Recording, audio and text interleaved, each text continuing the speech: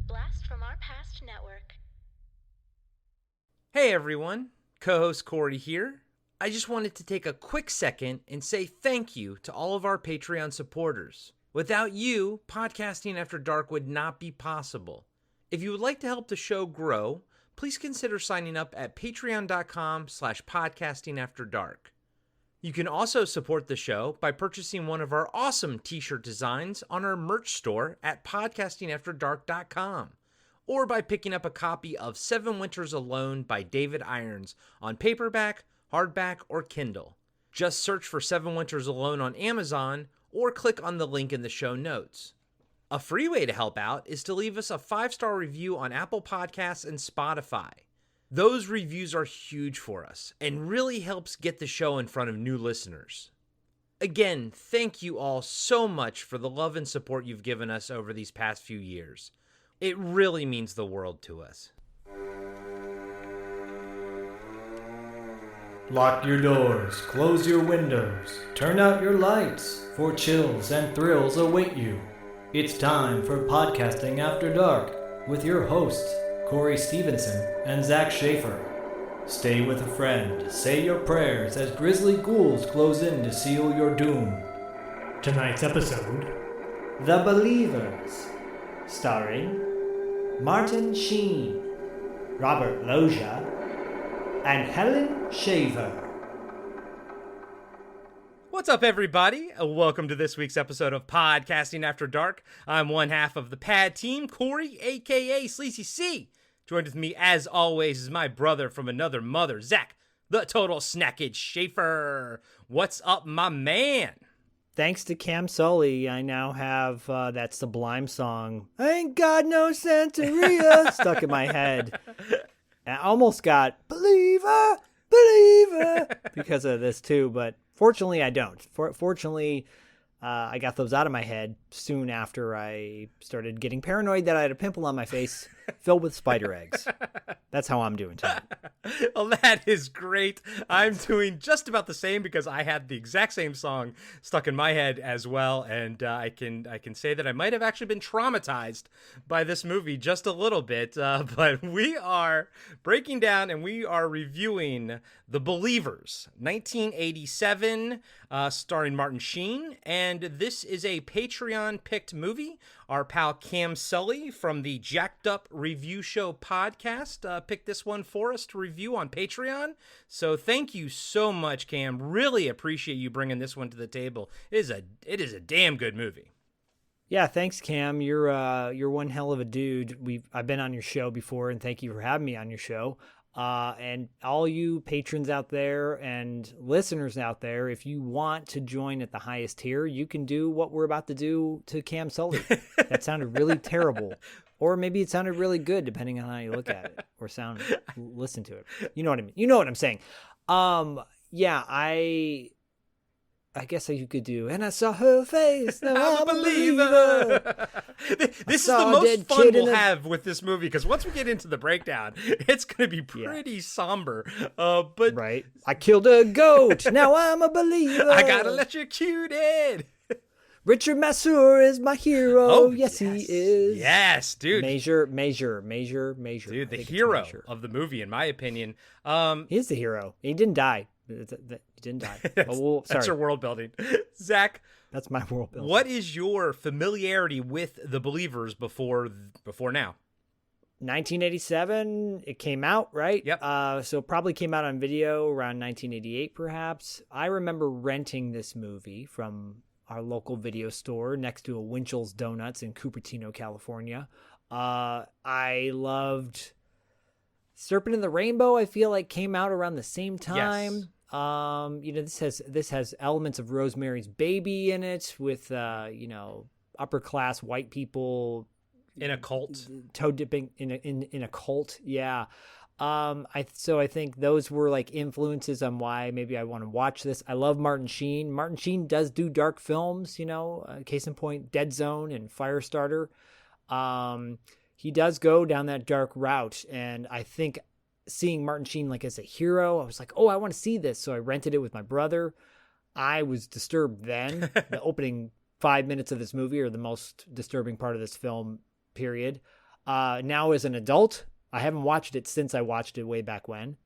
Now watching it as an adult, other scenes disturb me equally, like the violence that the father inflicts on his son. Yeah. And the way they yell at each other. And I'm like, oh, man.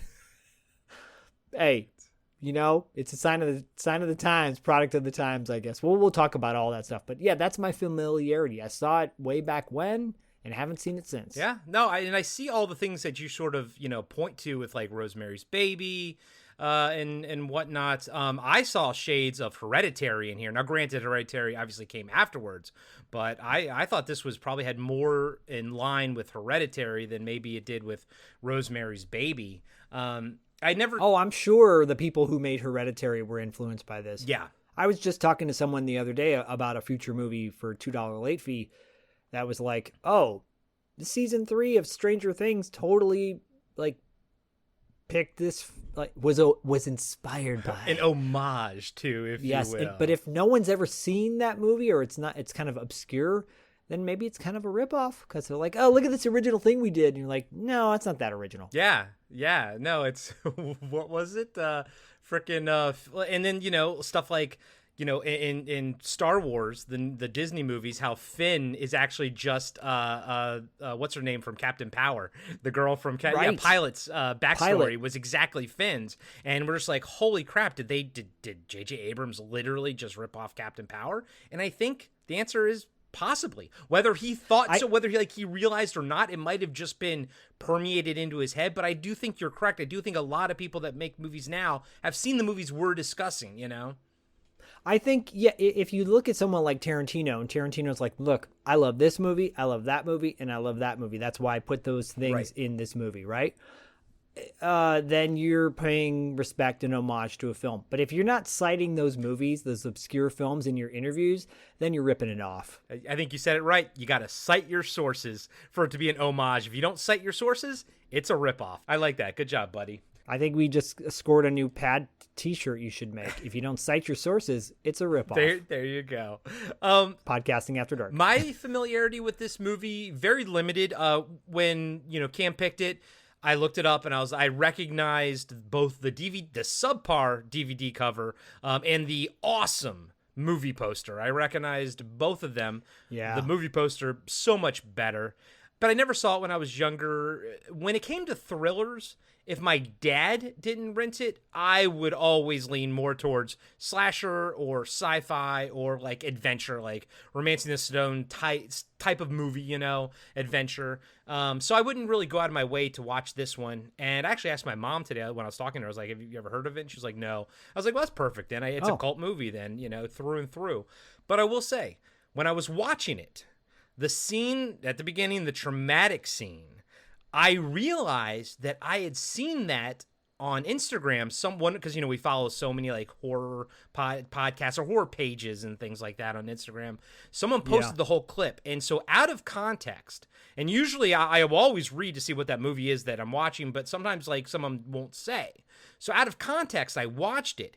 And you know what I thought it was? What I was seeing? That movie from 1988, Pulse, with on the cover the ladies getting like electrocuted, and I thought that's what this was, what I was watching, and then being surprised to find out that it was actually this movie that we're watching here. But I thought this isn't Timothy Bottoms in that film? Timothy Bottoms? Or Joey Lawrence? Joey Lawrence. Yes, no, Matthew Lawrence and Joey Lawrence are both in it. Cliff DeYoung is also in it. Yes, but yeah, that's right. I thought I've also and Robert Romanus is in it. And I've never seen Pulse either, but just because of knowing that cover of that lady being electrocuted on the cover, I thought that that's what that was, and then being shocked when I realized it was The Believers. So. Long way of saying... No pun intended there, though, Sleazy. No pun intended. True. Long way of saying I have no experience with this movie whatsoever.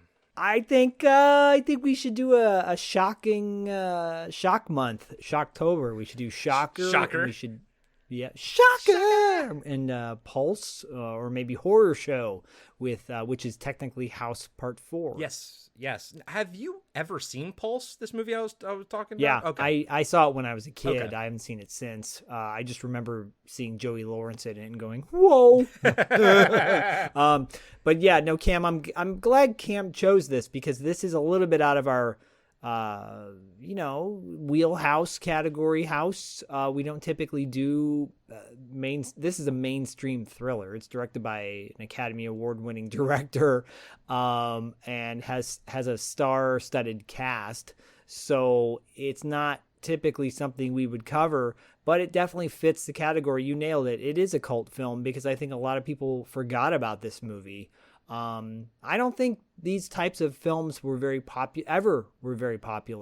I think Serpent and the Rainbow, as much as I love it, and I think diehard horror film fans love it, I don't think mainstream audiences like Serpent and the Rainbow. I don't think it did very well when it came out, as far as I can recall. I would say recall. Rosemary's Baby is probably the most mainstream of these cult-themed thrillers, basically. Yeah, and I think that one is popular because it's got a child molester as a director. Oh, kidding. Sorry. Not really, actually. And, like that stuff, just Roman Polanski's God to so many people. Oh, my God, he's such an amazing director. Yeah, well, he still did some horrible things. Yes, sure did. Whatever. And Wes Craven never did. No, he just acted in Body Bags, but he was also the best actor in Body Bags. Yes, that's very true across the board. And he produced a lot of stinkers too, but this film is going to be fun to discuss and break down because Will it be fun? Well, fun in the disturbing sense. Yes. No, we're gonna have a blast. But you mentioned the director, an Academy Award-winning director. You said John Schlesinger. Yeah. What did he win an Academy Award for? Midnight Cowboy. Ah, yes. There you go. I mean, like the guy is. I mean, that alone. I just wish there was a time when I could say the line from. But I love when Jon Voight's like, "You call me a fag?" But that film alone would put you at the top of any list, because it's a classic film. Is that the? He also is that the? Hey, I'm walking here. Yeah, it's that one. It's everybody's talking about me, I don't know what they're saying. Oh, yeah. It's very, that genre of films, by the way, was a very tragic genre. It came out, 1969, post-Vietnam War era films, very dark endings. Like Easy Rider, right? Like this is the era of Easy Rider. And then, in movies like, I think like Vanishing Point and stuff like that is also kind of a tragic one. But these are also the movies that kind of pushed George Lucas to create fantasy because no one was creating like sci-fi fantasy at the time or movies really for kids because it was all these kind of movies. Marathon Man, speaking of, the director, it's another movie that he did that's in that same sort of era and everything. And Day of the Locust. Day of the Locust is a very tragic film. Very good. If you've never seen Day of the Locust, with Karen Black and Donald Sutherland and Burgess Meredith and William Atherton. Damn.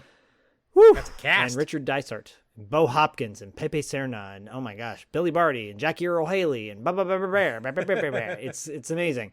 John Schlesinger is probably our most mainstream famous director we've ever had on the show. Yeah, no, I agree with that. And, I agree with what you're saying, how this is a mainstream movie. But yeah, I don't think it, really did that well in the market and whatnot. I'm looking right now. The budget for it was $13 million. Now you got to figure that's 1987 money. And it grossed 18, but still that's not like a huge jump, especially not with Martin Sheen as your lead. I mean, Martin Sheen, he's an interesting, we'll get that when we get to his kind of body of work. I wouldn't call him a leading man. I'd say that he's a very great supporting actor. I would put Charlie Sheen above Martin Sheen as far as leading man is concerned. I'm not saying he's a better actor. I'm saying as far as like star power carrying a movie, when you think Charlie Sheen, you think lead actor in a movie. When you think Martin Sheen, I know people will say Apocalypse Now, but he's not. But that's an ensemble film. Yeah, exactly. That's not a movie where you're like, it's not a Martin Sheen movie. Like, I don't think of that as a Martin Sheen movie. That's just, I think of it as, it's an ensemble. It's about the story. It's not about, the one particular actor. Although Marlon Brando will probably say it was about him, It was about me. Where's my milkshake? Yeah, my milkshake. Before we talk about the cast, can we talk about the writer Mark Frost? Yes, please. Holy shit. So talk about a yin-yang career. Right? Maybe more yin than yang. He writes like a lot of episodes of Hill Street Blues, and he's a showrunner on Twin Peaks, but he also wrote the Fantastic Four movie that came out in 2005. And the one with Silver Surfer, too. Oh, God. Although I'm not going to lie to you, I didn't hate the Michael Chiklis, one, although I haven't seen it in forever. Did you see the other one? The reboot one? Yeah, I watched it. It's terrible.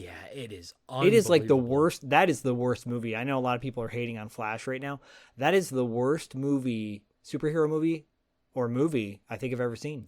It's bad. I completely agree with you, my friend. People should not forget that. No.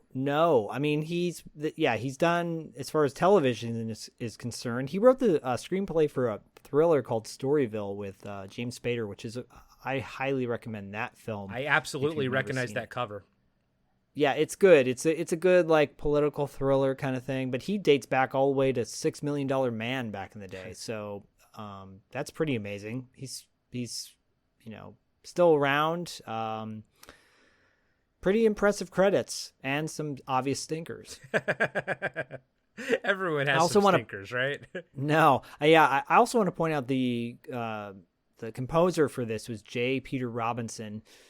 Because at one point the music goes to like synth score, which is kind of weird. There's two scenes where the music has a obvious shift, but he was the composer for Cocktail, Wayne's World, Wes Craven's New Nightmare, for example. Like those are some good ones. He's got some cool films under his belt that he's worked on, including he's actually a Podcast After Dark alumni because he worked on Return of the Living Dead Part 2.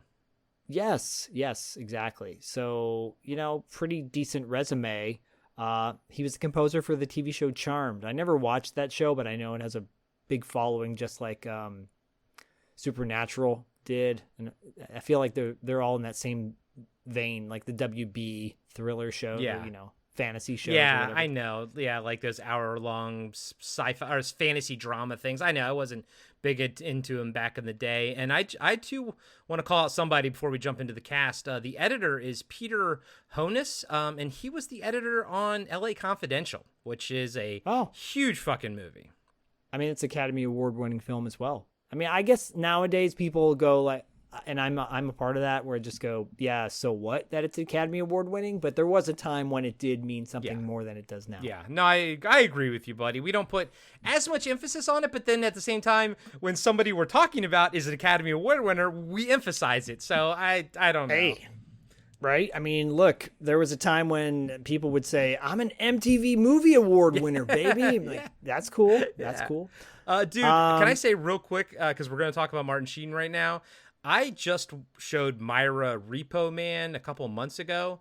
Love that movie. It's the second time I've seen it now. It's great. Having owned the Criterion Blu-ray. She loved it, by the way.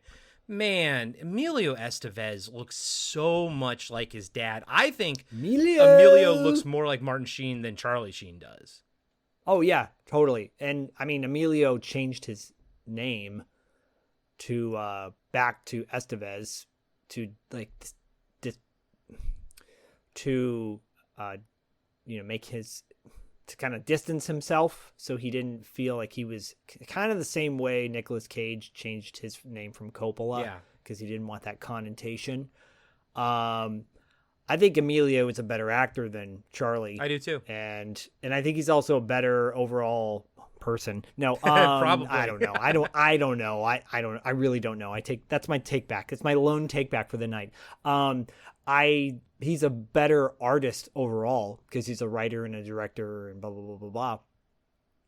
But Martin Sheen is an activist, like the political activist. He's always been a political activist. He's gotten himself arrested for, protesting very notable causes like, nuclear bomb testing in Nevada. And in fact, my ex-wife got arrested with him and a bunch of other people at a protest way back when. And so I know it is fact. But like we said, Apocalypse Now, he's probably like, people go, oh yeah, but they don't go, that's that Martin Sheen movie.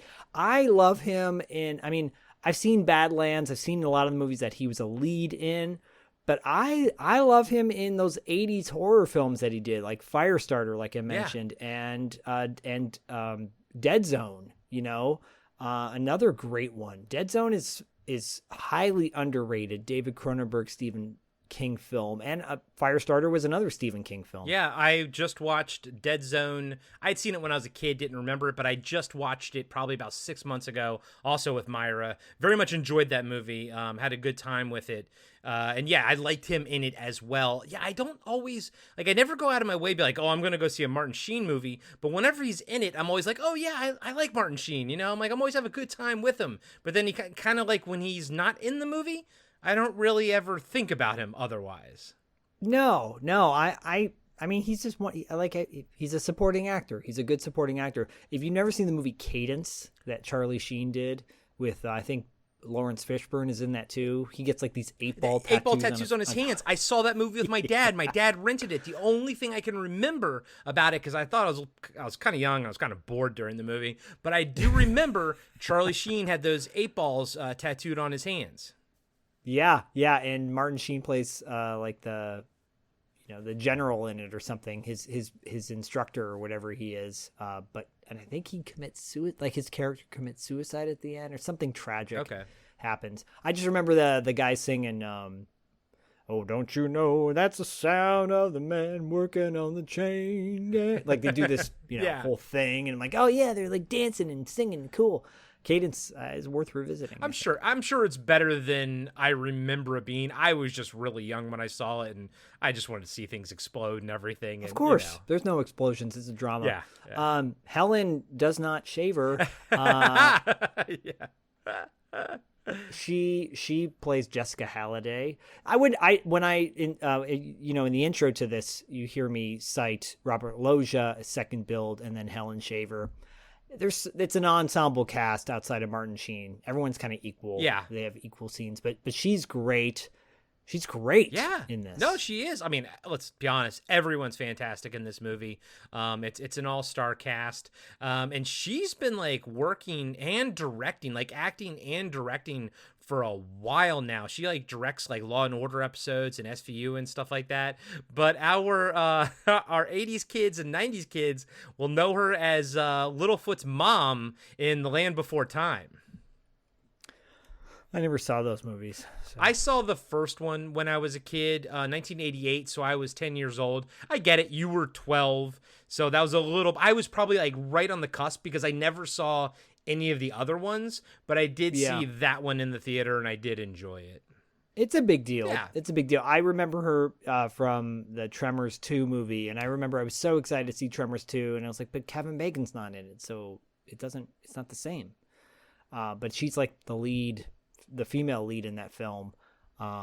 And then if you've never seen the Poltergeist TV series that Showtime put out in the late 90s, it was pretty good. It was pretty good. Oh my God, I totally forgot that even existed. Like you just said it and my brain was like, I was like, it's pretty good. Like Johnny Mnemonic. I was getting hit.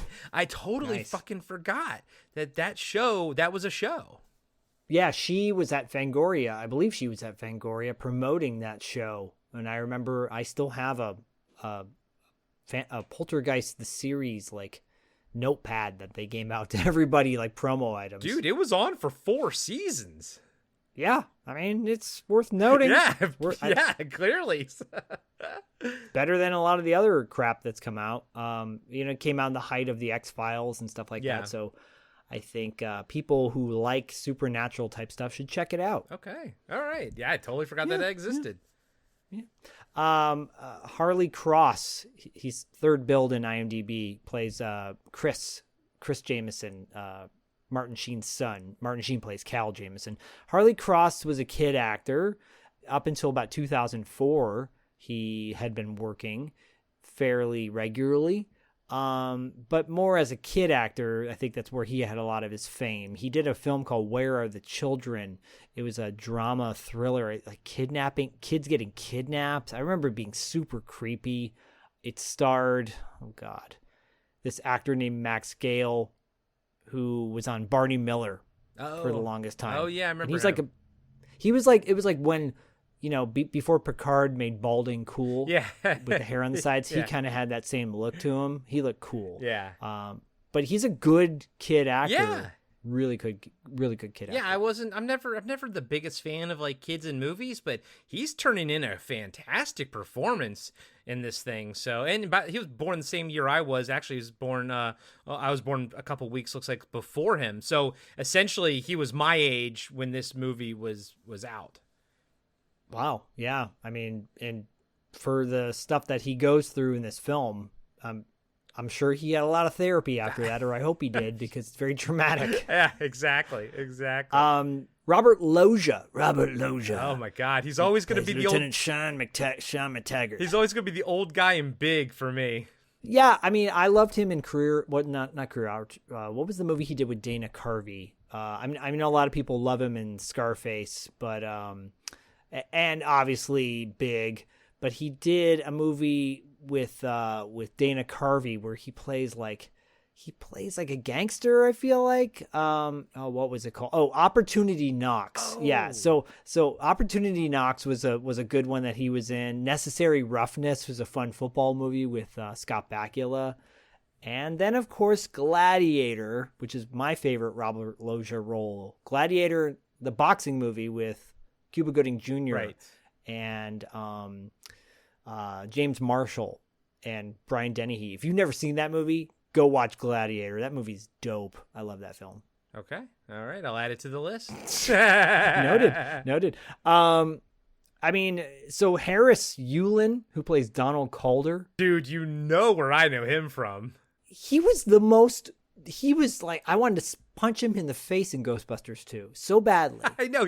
He plays the judge in Ghostbusters 2. Such an asshole. That's what he gets billed at first billing on his IMDb. I know. He's such an asshole in it, but it's always going to be burned into my head. I was happy to see him do more here in this movie and actually get a lot of screen time, because he's only in Ghostbusters 2 for 15 minutes or something, but I liked it. But right when I saw him, I was like, that's the judge from Ghostbusters 2. Right. And so a couple things here. One, he was also in Scarface with Robert Loggia. Yeah. But then you also, when offline with Diallo, we were texting about upcoming TV Obscura shows.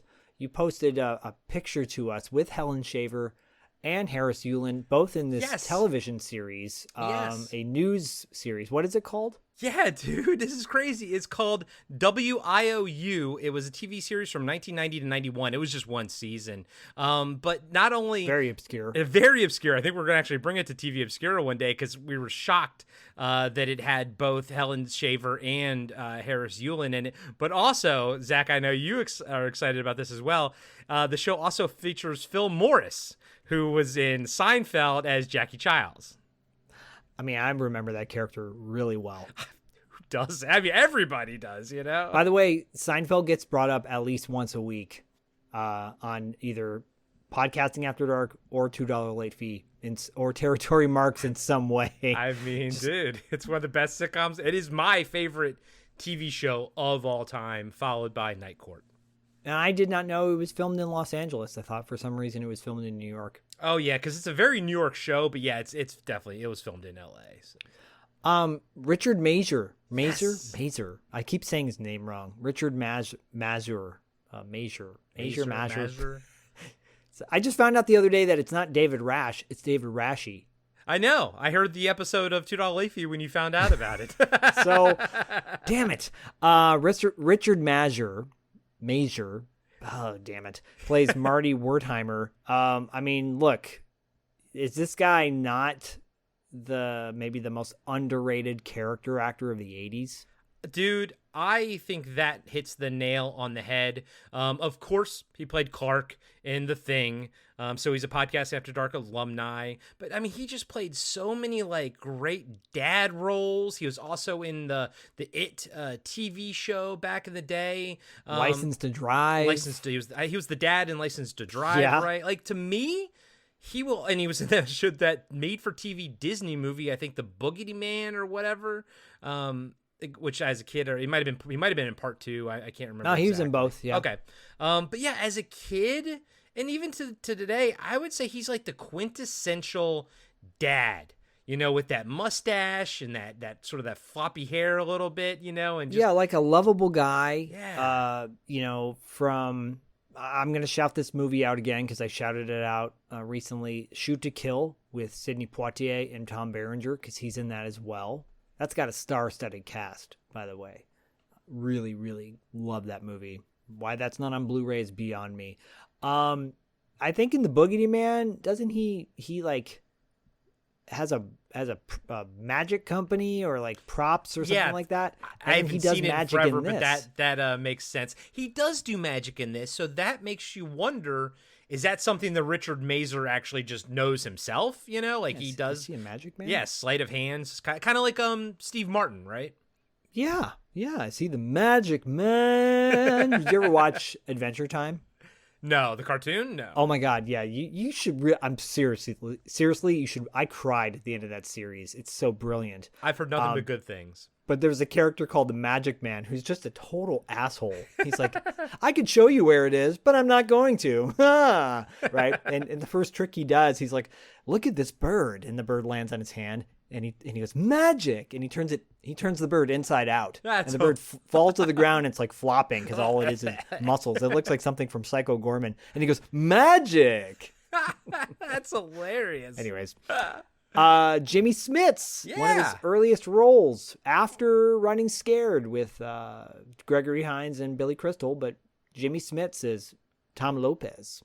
Yeah, dude. I mean, obviously, NYPD Blue. He's always been a great actor. I think NYPD Blue probably kind of put him on the mainstream map at that point. But even like when he was on NYPD Blue, I remember it was a big deal that he was coming to it. Wasn't he in L.A. Law also? Yeah, he was. He was in L.A. Law for a long time. Okay, I think he got to start with L.A. Law. And then when he came to NYPD Blue, people freaked out. It was a big deal. Yeah, I was a big time watcher of NYPD Blue back in the day. Like from the first 5 seasons, I watched it religiously. He was one of those guys that I think had a stronger television career for the longest time. He did try to break out into films, starring in films as well, but I think he was better suited for television, ensemble cast. He was on West Wing with Martin Sheen, so there you go. There's a nice connection there. But of course, for me, he'll always be Bail Organa, Princess Leia's, father. And I like how they've been basically using him ever since the prequels as that role. And it's kind of perfect because, he'll age in real life, and then his character will have aged in the movies, and he'll be in Rogue One and stuff. So I think it's great how he's kind of stuck with the Bail Organa role. I agree. He's one of the highlights to the new Star Wars films. Yeah. The last actor I'm going to mention is Malik Bowens. Yes. He is the lead quote villain in this. He plays Paulo. He's had a pretty decent career. He passed away in 2017 at the age of 76, but he was in over 25 movies and television shows, and some of them pretty popular, pretty notable, like Ali and Tears of the Sun, Double Team, Outbreak, like some pretty toutable things. He was in the television series of Tarzan for 25 episodes. He played Simon Gouvier. I never watched that show, but it starred Wolf Larson. I remember that guy being like, oh, his name's Wolf? Okay, cool. He was one of the top billed guys in that show. So, he had a strong career.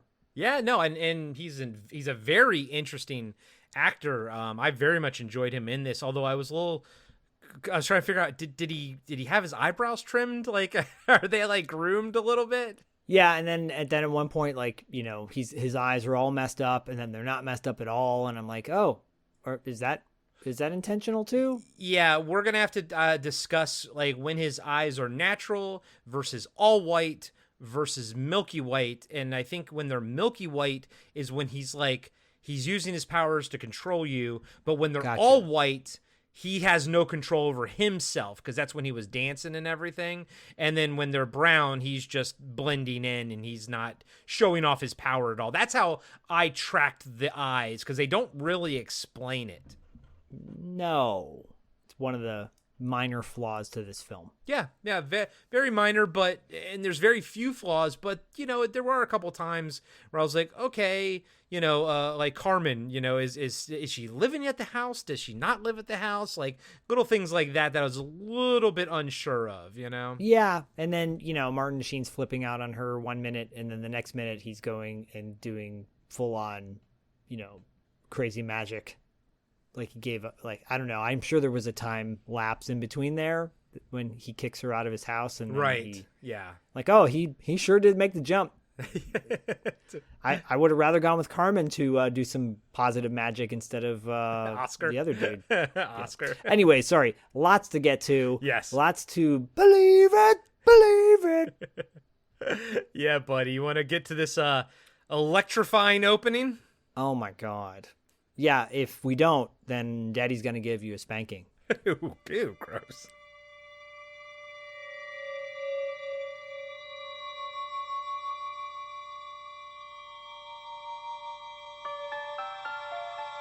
More than anything else, Cal Jameson wants to leave the horror of his old life behind.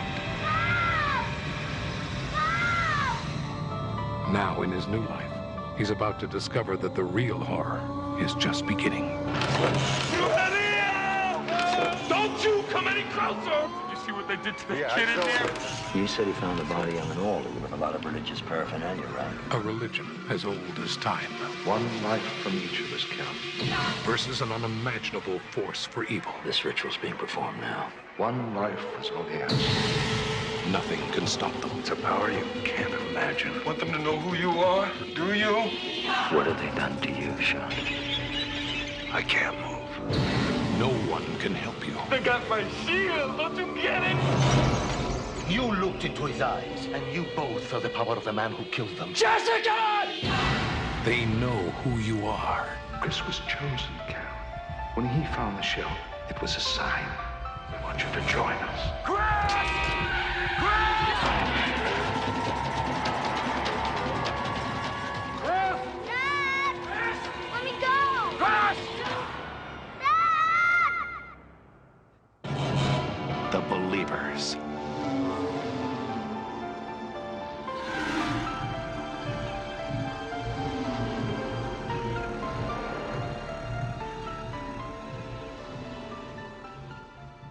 So the movie opens with MGM, then Orion Pictures logos, buddy. I missed that logo. I love the Orion Pictures logo, man. Same. I was like, oh, haven't seen this in a while. Felt good. It did. Orion's back though. Apparently, Orion Pictures is like a small indie, it's an indie offshoot of a larger company. I think. Okay.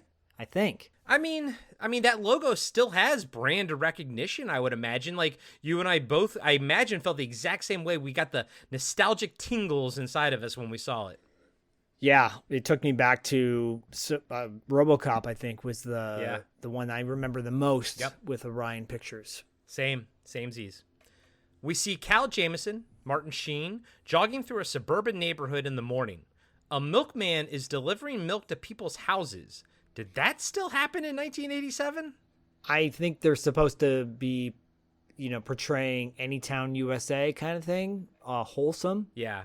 But did you notice the music cues were awfully reminiscent of The Fog, John Carpenter's The Fog, the dun, dun, dun, dun, dun, dun, dun, dun, the piano. Yes, I did notice that, and I also noticed that it was trying to be a bit ominous with the milk guy behind Martin Sheen jogging, but like that doesn't lead to anything, It doesn't, but the whole tone from that moment to the wife, the way the camera is shot the way the camera's, from ground level looking up at the wife, weird angles. Yes. It's really setting up this, like, there's impending doom.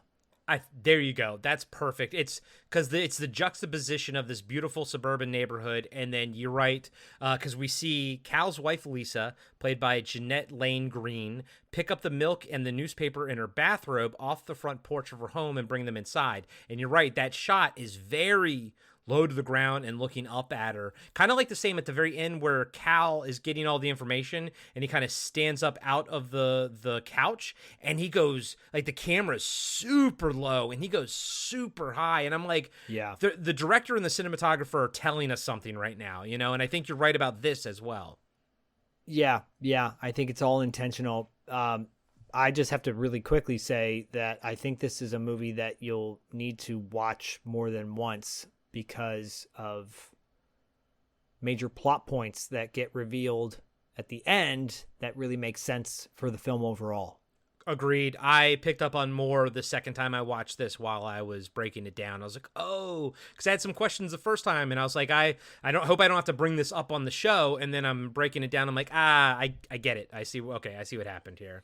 Yeah. Lisa and Cal's 8-year-old son, Chris, is sitting in the kitchen playing with an Indian doll, Chief Black Cloud. Lisa starts making breakfast and tells them they are running late. We see the electronic coffee pot is leaking coffee onto the counter. Foreshadow. Yep. Cal comes in sweaty from his jog. Chris tells him a knock-knock joke. Knock-knock. Who's there? Dwayne. Dwayne who? Dwayne the bathtub. I'm drowning. Cal says that's terrible. Dad jokes from the kid perspective. I love it. And then, by the way, I mean, again, the kid who plays Chris is great. I think he's fantastic. Yeah, and at first I was like a little annoyed by him, but I'm like, no, the kid. That's how kids act. He's 8 years old. 8-year-old kids can be annoying, and he like in a realistic way. Yeah. Cal walks over to Lisa and sarcastically asks her what time her friends left this morning. She says with a smile, "I thought they were your friends." She says they left around 3 a.m. and that Cal used to be able to go all night. Cal rinses out a wine glass in the sink, then fills it with water and pours it on his sweaty head. I know, but I can't do it anymore.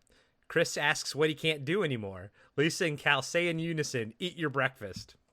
By the way, this triggered those memories in me where my mom was like talking to my stepdad about the night before, and I was like, what? Ew, I don't need to know any of that. Oh, childhood trauma from your sexualized parents. Oh, hey, baby, that was so great. I didn't think that's where this was going to go, but it always goes somewhere. It does. Cal reaches into the fridge, but knocks over the fresh carton of milk and it spills all over the kitchen floor. He tries to soak it up with his socks, but Lisa tells him she'll take care of it and to just go take a shower. As one does with socks. Dude, those things are gross. And I hate disgusting. Those old 80s socks where they're like thick and white and real tall with the red band around the top. Oh, they always got brown and nasty looking, Yeah, oh, yeah, gross. While Cal is in the shower and Lisa is cleaning up the milk, Chris tells Mom the coffee machine is boiling over. We see a spark shoot out right by the switch. Lisa walks over to turn it off while still standing in milk. As she does, we hear a surge of electricity and see her feet go stiff. Upstairs in the shower, Cal sees the lights flicker and hears Chris yelling. Cal runs downstairs and sees Lisa standing in the puddle of milk with her finger still on the coffee machine, and she's being electrocuted. Cal yells to Chris not to touch her. They both scream as she dies standing up. So my little description here does not do it justice. It is traumatizing. I say that as a man who watched it for the first time as a 45-year-old man. I found this to be traumatizing. I thought this was horrifying. Like, I can't even imagine the kid having to witness that and then having Cal witness that and just having the future that you thought you had just zap away. It's a brilliant opening. Yeah. Because it goes from, positive to negative. You should always put positive on positive, by the way, on a battery. You don't want to shock yourself. In a heartbeat, again, no pun intended, but it's like, oh, it's so shocking. Oh, yeah, oh, God. It's so traumatizing. And just, there's no blood coming out of her ears or nose or whatever, but the fact that, like, her eyes are rolling back and she's twitching and, like, her feet are all stiff, I don't need it to be gory. This was horrifying enough as it was. Yeah. Yeah, do you think this was planned? Like, do you think what happened? I know what you... Okay, so, yeah, do you think, like, that the cult people actually planned this? I'm going to say no, because it seems later that Kate kind of has a change of heart. So I'm going to say that I don't think she would have even sort of allowed them to be targets. And having watched the movie multiple times, I think they're in Minnesota at this point, because the kid keeps wearing a Minnesota or Minneapolis shirt, and he talks about that later. I think they're probably too far out of the range at this point. I think this is horrible happenstance. Okay. So the lawsuit is legit then? I think so, yeah. I think so, yeah. All right. Cut to an African tribe at night dancing around a fire. The credits play as we see a young Caucasian couple with a sick little boy watch the ritual. There's a young African boy with blue eyes in the middle of the dancing. He's just sitting and looking straight ahead. The head priest walks up to the couple and takes their sick boy and places him on the altar. The music and dancing intensifies as the boy is prepped for the ritual. We see he has sores all over his body. The parents both drink something out of a clay bowl. A goat is brought out to the altar as well, to be sacrificed, we assume. The young African boy with the blue eyes watches as the priest brings up his dagger and plunges it down, to where we don't know. We think the goat for now. But the way it's shot and everything, you don't know where he plunged downwards to. Yeah, it's a great opening. And I love the placement of the credits too, by the way. It's over to the side corner, which I feel like is something that is rarely done. And it's a nice touch. It's cool. Yeah, because it doesn't obscure anything. But this is one of those moments that after you watch the whole movie, you go back and you rewatch it again, and this is a whole new light. Here, you're thinking that they're trying to cure the kid, but it's a whole new light once you finish the movie. Yeah, so this is an interesting discussion because while that is cool on one hand, like all these things that you won't pick up until the end, I like that, but this film is 2 hours long. And so I think in some degree, it's easy to forget about certain things because it's such a long movie. And they do, they do recap you a little bit, but I think you would gain more by having this film be maybe 10 minutes shorter. I can't disagree there. I don't know offhand where I would want to cut something, but I can't disagree with that. I do tend to believe that a shorter movie I always think it is better, because I think that you need to be more concise and more precious. The director, the creatives need to be more precious with their time and be more thoughtful with their time. I mean, I don't mind the runtime of this, but I can't deny the fact that it would probably benefit from just being trimmed by 5 or 10 minutes. Yeah. Certain things need to be trimmed later on. Yes. I have that in my notes as well. I don't know what you're referring to, but we'll find out.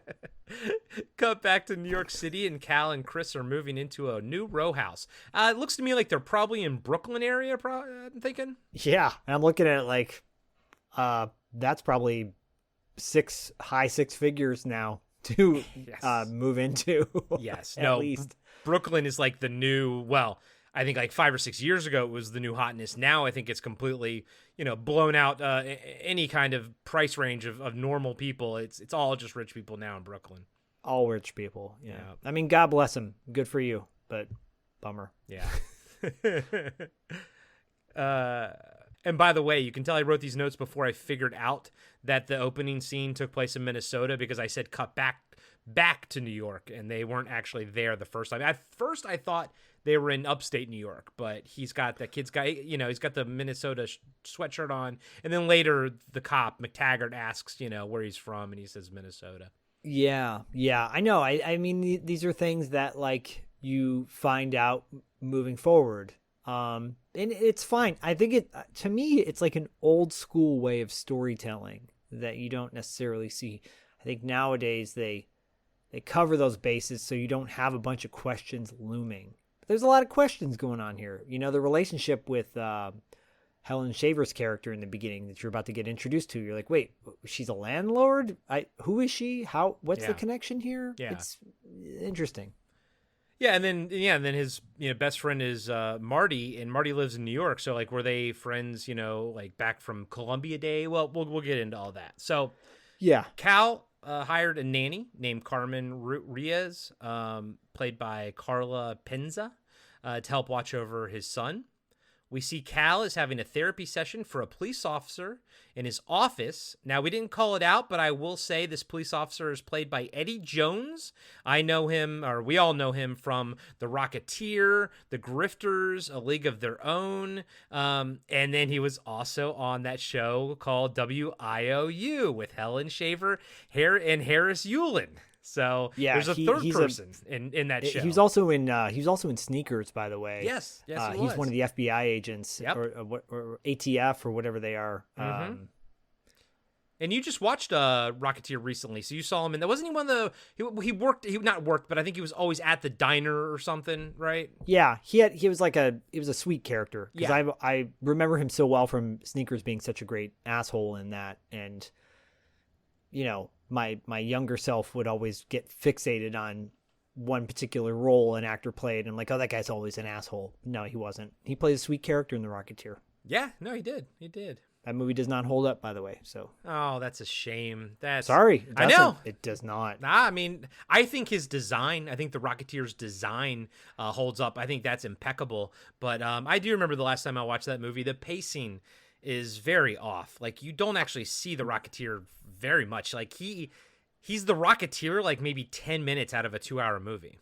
Yeah, and Billy Campbell's, it's got a great cast. It's got all the things going for it. That deserves a reboot.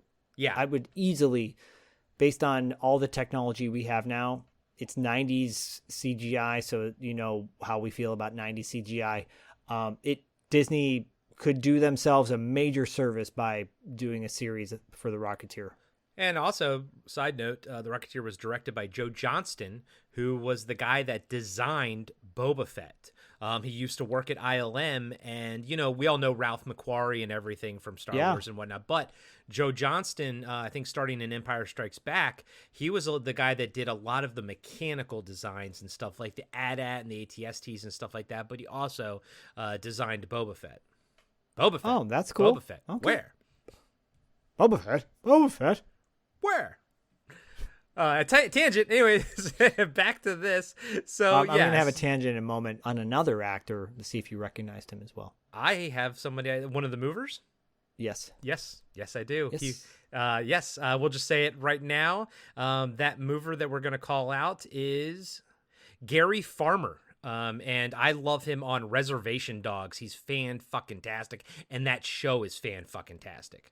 Yeah, if you don't know who Gary Farmer is, he's an indigenous actor who's been in things from Powwow Highway was one of the earlier movies he did. Smoke Signals is great as well. Powwow Highway had A. Martinez, isn't it? A. Martinez in it. If you want to see like a film about Native Americans that's not stereotyping them. Smoke Signals is another one too. Yeah, I remember that when that movie came out, I saw that. And that's another one. It was different. It was like, let's not be too preachy and stuff like that. Yeah. Again, guys, go check out Reservation Dogs on Hulu. I think season 4 is coming soon, or 3, whatever the newest one will be. But that show is so good. It's all about life on the res and everything, and it's amazing. It's like a drama comedy, but it's amazing how they can go from a deep, dark subject matter like suicide to something funny, and then insert Bigfoot in there somewhere, because that's also stuff that they live. And I say they, I don't know firsthand, but from what I understand, Bigfoot, the big guy, is something that is on reservations and that is kind of known amongst various indigenous tribes. Well, I worked on the Pueblo in Taos, New Mexico for a summer, and I became friends with everybody on the Pueblo. Not everybody, but a lot of people, and have continue to stay connected to them. They have a sacred mountain. Side note, we have a drone fireworks effect going off in the sky right now. It's really fucking cool. Yeah, that's how they do fireworks here. It's called a pet-friendly fireworks display. Oh, so they just use drones to kind of do it. Yeah, so I can see Zach looking, and I know he's facing, the way he's facing is facing his back window, which is also facing the fucking beach, you motherfucker. Sorry. Anyways, when I worked on a Pueblo in Taos, New Mexico, no, I have my friends there. Like, yeah, no, there's a creature in the woods because there's a sacred mountain in Taos, New Mexico called the Blue Mountain, and only people native to that area are allowed to go there, right? And I was able to go there because I got permission from their tribal chief. But there are areas that they've seen a creature there that they truly believe is some sort of man-like ape beast thing. Yeah. So there you go. Yeah. Gary Farmer, really quickly, he was in Ghost Dog and Dead Man. He's a really, like, he's someone who every time you see him, you're like, I know that guy. He's a guy that you should see. All the movies that he's been in are really, really good.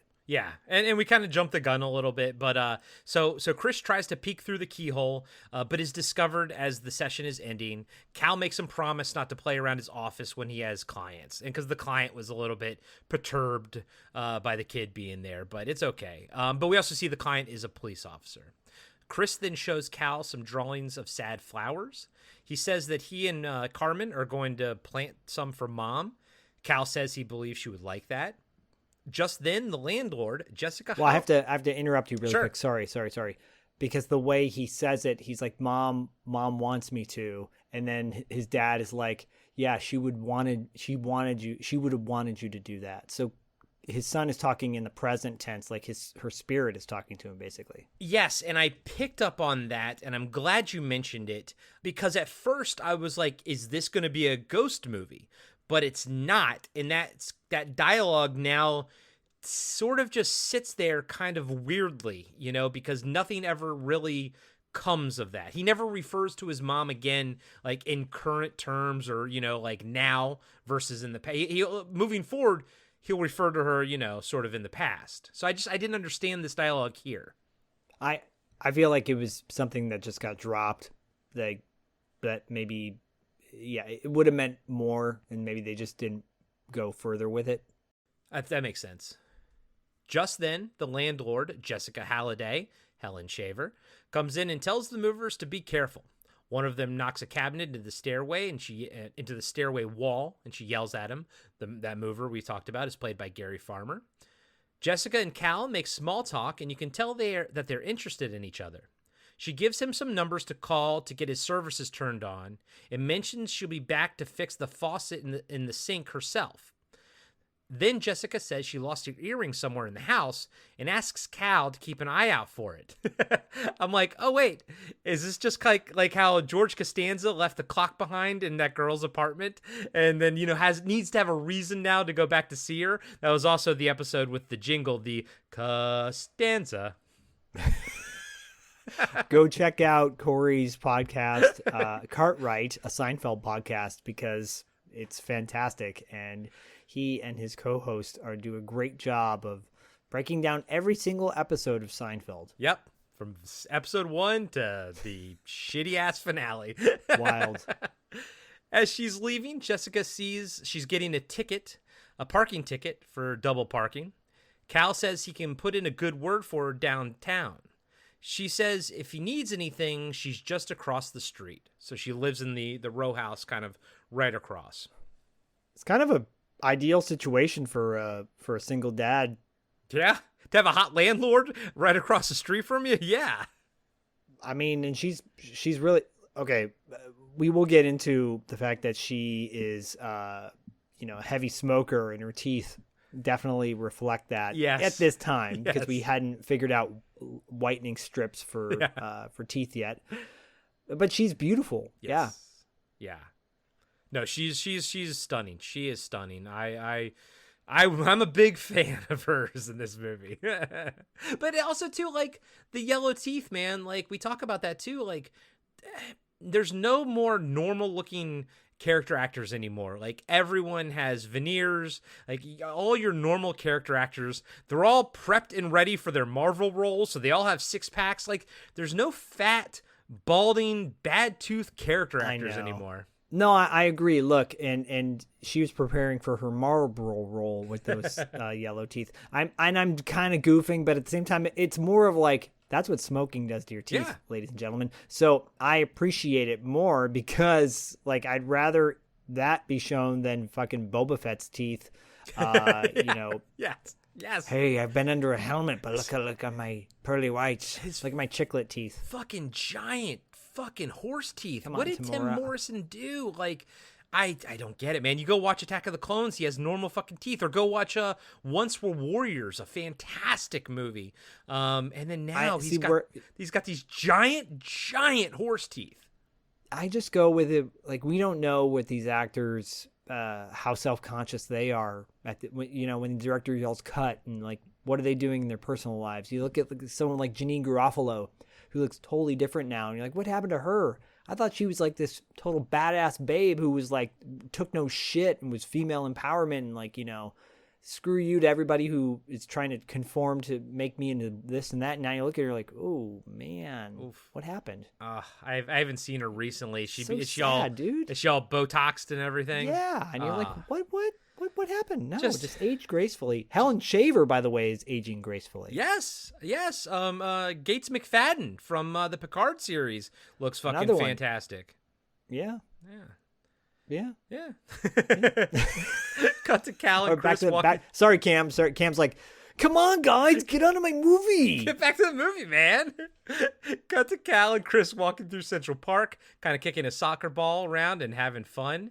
We also cut then to Cal at a payphone, talking to his lawyer/friend Marty, Richard Mazer, about coming to see him at the office. Marty asks if he likes the apartment he set up for Cal, and how about that landlady? So, Marty's like taking credit for that. Yeah, I love it. As they're on the phone, it cuts to Marty's office, and we see he's trying to perfect one of those 3-ring magic tricks, like you mentioned earlier, Zach. He's always doing magic. I can't do that. He asks Cal where he is because he's late for their meeting. Cut back to Cal in the phone booth, watching Chris climb over rocks that people are sitting on. He says they are on their way. Cal asks if it's okay if he brings Chris, and Marty says sure. And I love how good Marty is with Chris, and how much Marty clearly cares about Chris. I love this whole exchange, though. It's so realistic. I miss realistic exchanges of dialogue in films. You see it in television now because they take the time to do that. But movies don't do that as much anymore, where it's like just a normal conversation. There's a lot of moments in this film that are just like slices of life. Yeah. Slices of life moments. They save that for TV now. They don't do it in movies really anymore. Yeah, and it actually was this movie wasn't as hard to break down as I thought it was going to be. It actually, I think, has less pages than them. Because you realize in thrillers, you have to throw in the slice of life stuff. You can't just have every second be the plot, because then you get desensitized to it. So you have to throw in the slice of life stuff. And I'm able to actually trim out that stuff here, and trim it down a little bit in the notes and stuff, Yeah, so Marty says, sure, bring the kid, loves him. Cal hangs up the phone as he watches Chris go down the other side of the rocks and out of his eye range. Just then a lady screams and Cal yells, Chris, then starts running to the rocks. Nope. Fuck that. Sorry, as a parent nowadays, if my kid's out of eyesight like that, I'm just, they're gone. You wouldn't have even let Bodie get that far, right? Not in Central Park. Yeah. Jesus Christ. And I know exactly where they are because I've been there. And I'm sure nowadays, it's funny because Marty makes a comment about New York being different now, right? And it's timely because a lot of these big cities are not like they used to be anymore. This is 87. We were watching Vigilante. That was 81, I believe. or 83. Early 80s. Early 80s. So we see the difference just like 5 years makes, give or take in New York. But we also know, and I think Jessica says, like, oh, with all the new cops, like, on the street when she's getting her parking ticket, I think this is when the city was really going through that revamp and everything, and Ed Koch. I think Ed Koch was the mayor. Yeah. Yep. This is before Giuliani, but I do believe the groundwork for like getting an officer on every corner type of thing was being laid here. And I think the city in the late 70s and then into the 90s, and then, Seinfeld's going to air in like 2 years from now, like, and that's going to portray New York in a certain way, Yeah. So I think, Vigilante, that was the last time we sort of saw New York in that gritty way. Now we're seeing it in this new changed way. So Cal goes running after Chris. The people on the rocks point and go to the other side to investigate. Cut to a tracking shot of the ground, and we see feathers and blood are littering the grass. Chris leans down and picks up a small decorated shell. He's still eating his ice cream. A lady is talking to a police officer, and we see more animal remains, including a headless cat, which I think looks possibly real. Yeah. It's more realistic than that woman's acting because she's pretty bad. Yes, she's terrible. What, my name? My name? Yes. My name? It's horrible. It's horrible. She like, that is a moment where I'm like, oh, shut up, please. Be quiet. We see a rock altar with candles and blood. A ritual must have taken place here the night before. Cal pushes his way through the onlookers and finds Chris and leads him away from the scene. As people disperse, we see a man looking worried. He says, brujería, which is witchcraft in Spanish. Cal and Chris are walking through New York City on the way to Marty's office, and Chris asks his dad if he believes in God. I believe in a God. Then he asks what's in his hand. Cal asks what's in Chris's hand. Cal looks at the decorated shell, and Chris says he found it in the park, and then he says it's a wishing shell. Cal asks how he knows that. He says Chris just says he does. And I think that kind of, maybe they were trying to lay in this thing that Chris had some kind of maybe powers or something, and they abandoned that idea. Because here it seems like, how does he have that knowledge of it's a wishing shell? And then you couple that with the fact that he says, Mom wants me to plant these flowers as opposed to Mom would want me to. So I'm wondering if there was something that they maybe abandoned here. Yeah, I really think... Hello, I really think it. I'm thinking with my thinker here. It's David Irons here, right? No, I think you hit the nail on the head. They abandoned the storyline and they just dropped it versus cutting it out of the movie, which they could have just cut those scenes out of the movie or cut that dialogue out, and it still would have been okay. Yeah, because the plant thing never really matters and never comes into play. And it gives an opportunity for a next door neighbor to be coming out. Oh, my clothes! I didn't even write that down, but that was so weird. I know what you mean. And then this, like, you could have cut this out. I mean, we don't really need to know that it's called a wishing shell. I mean, other people later will refer to it as a wishing shell, but we don't need to know how he knows that. So that's right there. That's probably a half a minute or a minute and a half that we could cut out completely, going towards the trimming of 10 minutes from this movie. Yeah, I agree. But it gave me the opportunity for you to put the song Wishing Well by Terrence Trent D'Arby in my head. Looking like a man. I remember that song. I know that song. Sorry. Cut to Marty coming out of his office to greet Cal and Chris. He runs over and Chris gives him a big hug. He looks back at Cal and asks Chris, "Who's this bum you're dragging around?" Marty plops Chris down on his secretary's desk and then does a magic trick. He pulls a piece of gum from behind Chris's ear and gives it to him and says, "Did your dad ever tell you where to park your gum?" "On the bedpost, for crying out loud." I love this. He goes, "Listen, if you got any questions about important stuff like this, you come and ask your lawyer." I mean, he's fucking great with Chris, dude. But it's this is so important. Again, so realistic and so important because what's going to happen later. Yeah, totally tracks with what's going to happen later on. To give a reason for his motivation to basically fight for his life, essentially. Yes. Then Marty asks if Chris has ever seen The Ring Trick, and Chris says twice. Marty laughs and hands him the rings and tells him you take them apart then.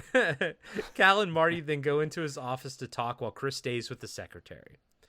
In Marty's office, they discuss a potential lawsuit against the coffee maker company.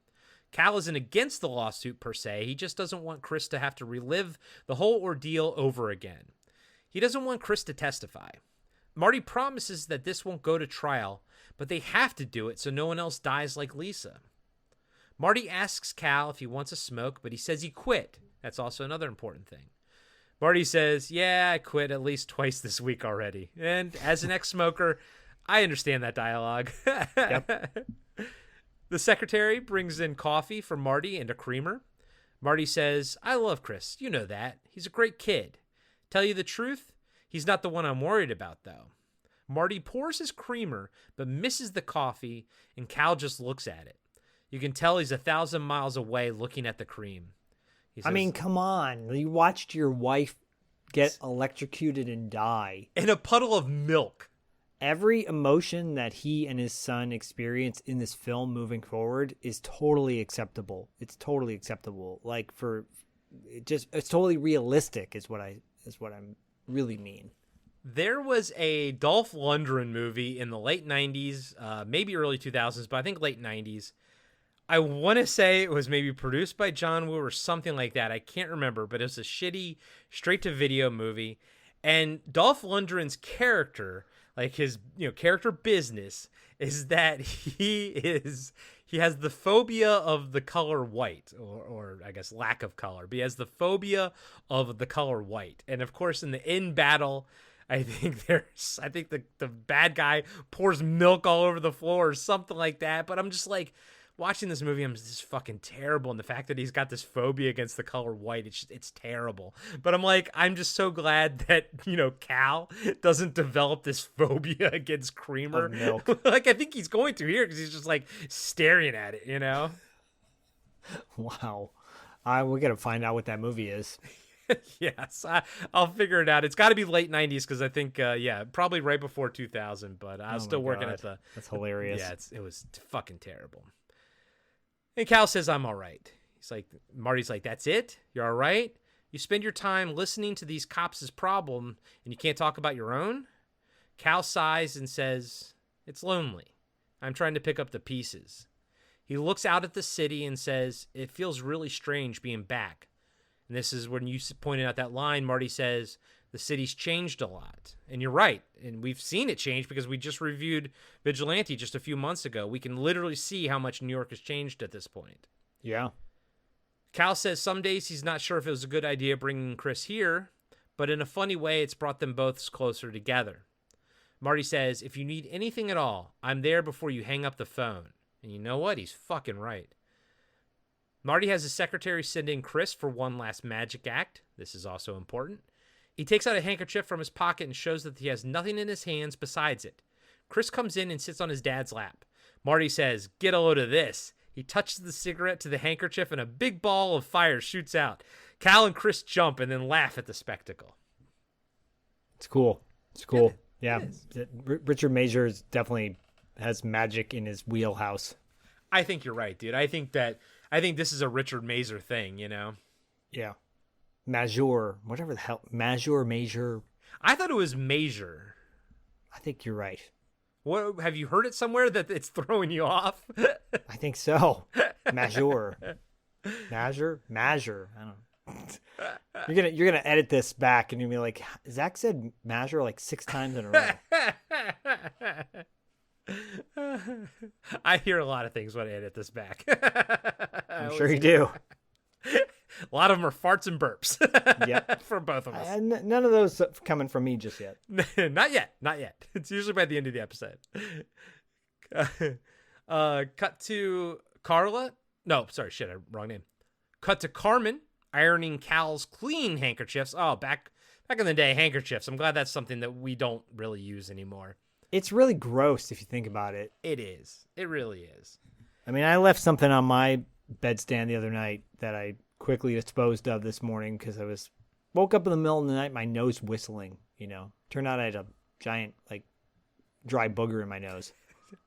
And it's put up on my bedstand, What, you just like picked it and then just like put it there? Yeah, because I'm like, I don't want to get out of bed. And what are you gonna do? Flick it into the ether? You don't have Kleenexes like near you? It's on Kristen's side, but not on my side. So you couldn't lean over and grab a. No, you left a booger. Bed. You left a booger on the side of your. Yeah, I put it up on the top, on the headboard. Same place that Richard Mazer tells Chris where to put the bubble gum, right? Exactly. Same place. Put your boogers. I mean, I got rid of it in the morning. I think I did. I hope I did. Oh crap. Well, at least you didn't put them under your desk like Stimpy does with the magic nose goblins. And I didn't eat it like some disgusting person does. God. I wonder if Kristen knows you leave your boogers on your nightstand. No, it's just one time. It was one time. No, it's not. At this point, it's your character trait. At this point, buddy. No, guys and gals, when you get older, your hairs and your body start growing crazy. I want to put one of those time lapse cameras on my face because in the middle of the night, because I'm like, where did the hell this hair come from? I don't even know where to go. Middle of the night here. I'm like, what? Oh shit. Oh my God. No, and you're 100% right, man. Like I'm with you. Like I'll wake up the next day, I'll have like this one white ear hair that's like a foot long growing out of my ear. I'm like, it wasn't there yesterday. How did this happen overnight? And thus ends our old man corner and our booger picking corner of Podcast After Dark. Sorry, it's true. Handkerchiefs, man, handkerchiefs. As she hears Chris and Cal coming home, she quickly puts one of the handkerchiefs into her purse, then the others into Cal's clean clothes pile. Cal asks if anyone called while he was out, but she says no.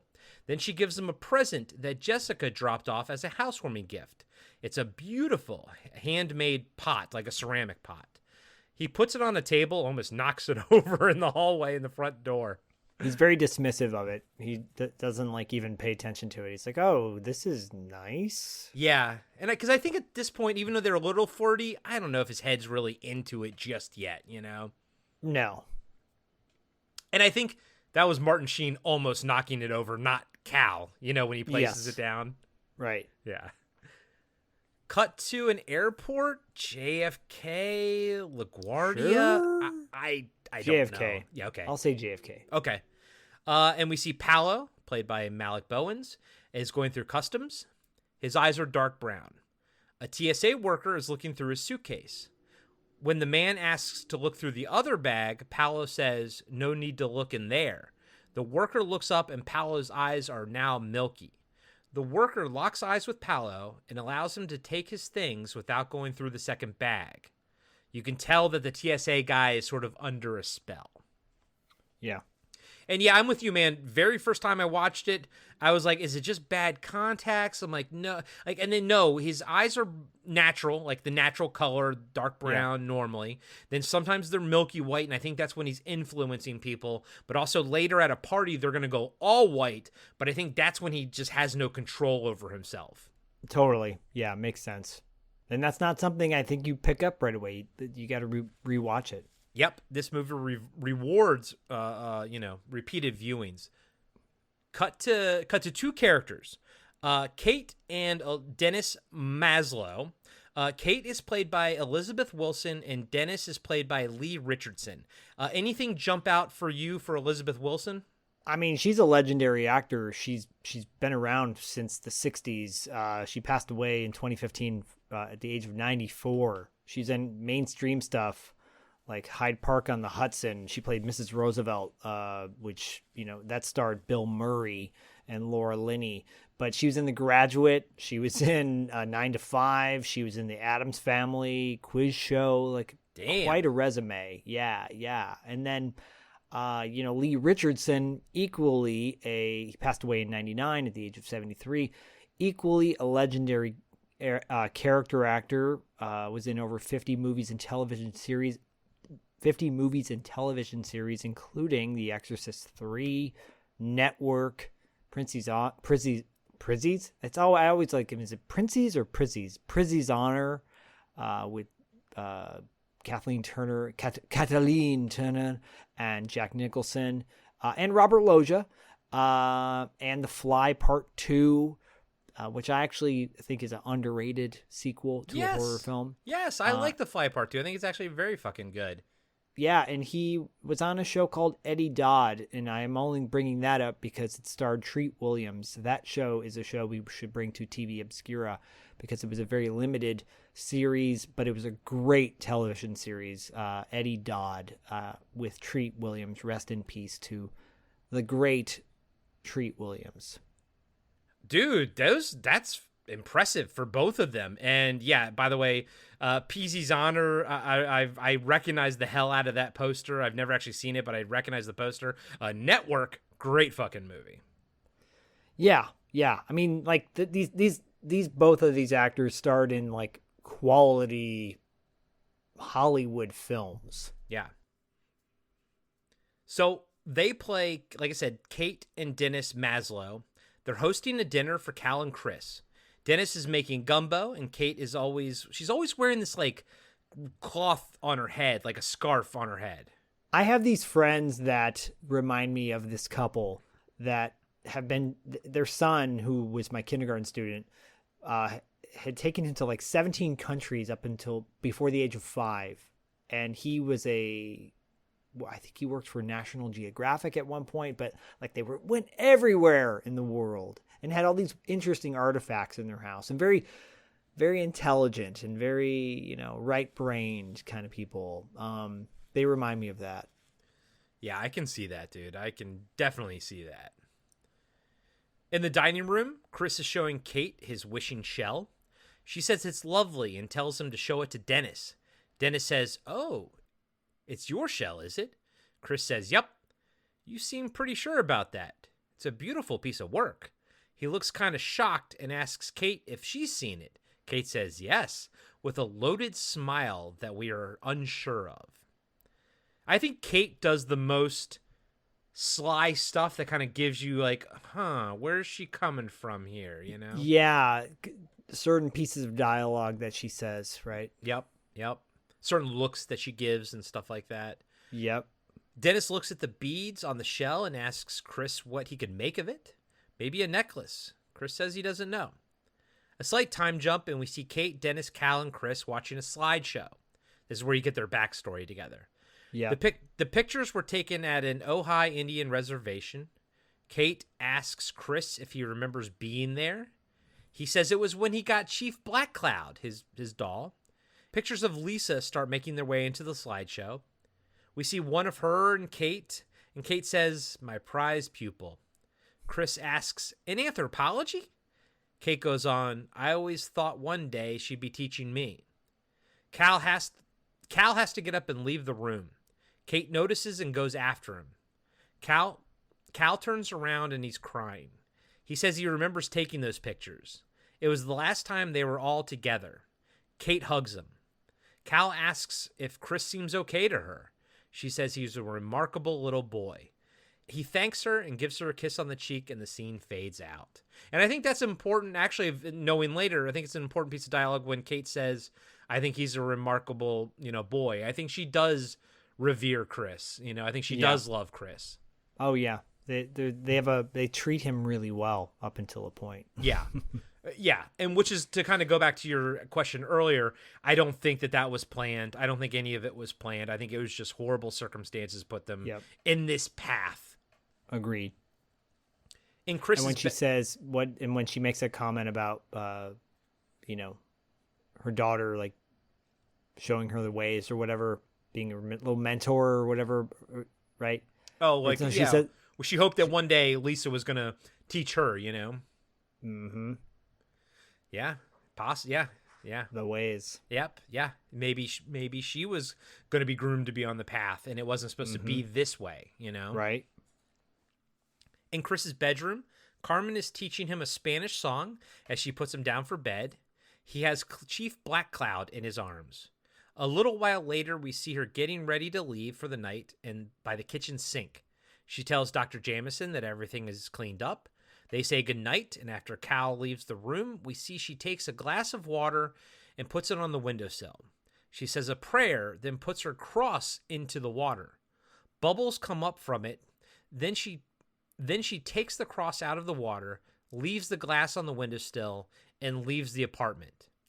Upstairs, Cal is checking on Chris, who's asleep, and he notices that he's holding on to the wishing shell. It's been turned into a necklace. Cal looks at the windowsill, and he sees a picture of Lisa there next to a religious candle, AKA, I asked my wife, is there a name for these, like, that you can buy? Usually, they're these kind of tall, thin candles. Usually a St. Guadalupe will be on it, or other something. But Myra's like, they don't really have a name. They're just called Veladoras Religiosa, which just means basically a religious candlelight, like spiritual candlelight, essentially. I have one with Nicolas Cage on it. Yeah, they do get made into sort of, tchotchkes and stuff like that. But right. Yeah. Cal then looks out across the street and kind of pervs on Jessica as she's talking on the phone in her bedroom. He puts the wishing shell next to the picture of Lisa. Thankfully, we don't get a lot of weird, pervy moments like that. Yeah, no, I noticed that too, though. And I'm like, but that tracks. I mean, And I mean, she is like, what would you say, maybe 10, 15 years younger than him, essentially? Yep. Yeah. And she's hot, so. Yep. I mean, he's not bad looking either, so. I mean, it's not unrealistic, I guess is what I'm saying. There you go. We cut to Carmen taking the subway home. I guess home, right? I mean, I assume so. She gets off. Yeah, because she works late, though, She works late. But there's like a scene later where she's like still with Chris, and it seems like super late. So yeah, I don't know. Well, how it's 10. It's maybe midnight. Okay. Maybe she gets off at midnight. Or she just will stay later if they're going out, and she's also a babysitter for Carmen, I'll be right back. I have to go fucking late, but install some pipe. Install some pipe in the landlord. Yes. Did I say that? I didn't mean that.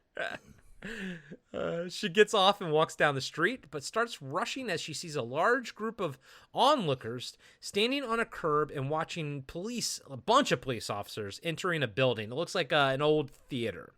Yes. We see Lieutenant Sean McTaggart. What's his nuts? Frank Loggia. Frank Loggia. Come on. Robert Loggia. Robert Loggia. Come on. Get my goddamn name right. What was I thinking? Frank Langella, right? Yeah. Yes, that piece of crap. Skeletor, motherfucker. Yeah. Me, I'm just... Well, have you seen my dance moves in Scarface? They're amazing. I'm Robert Loggia. I played a Cuban in Scarface. Come on. Well, what about his dance moves in Big, buddy? Yeah, hello? Pull your head out of your ass and acknowledge Robert Loggia. Frank Loggia. So we see Lieutenant Sean McTaggart get out of a car and ask, where is he?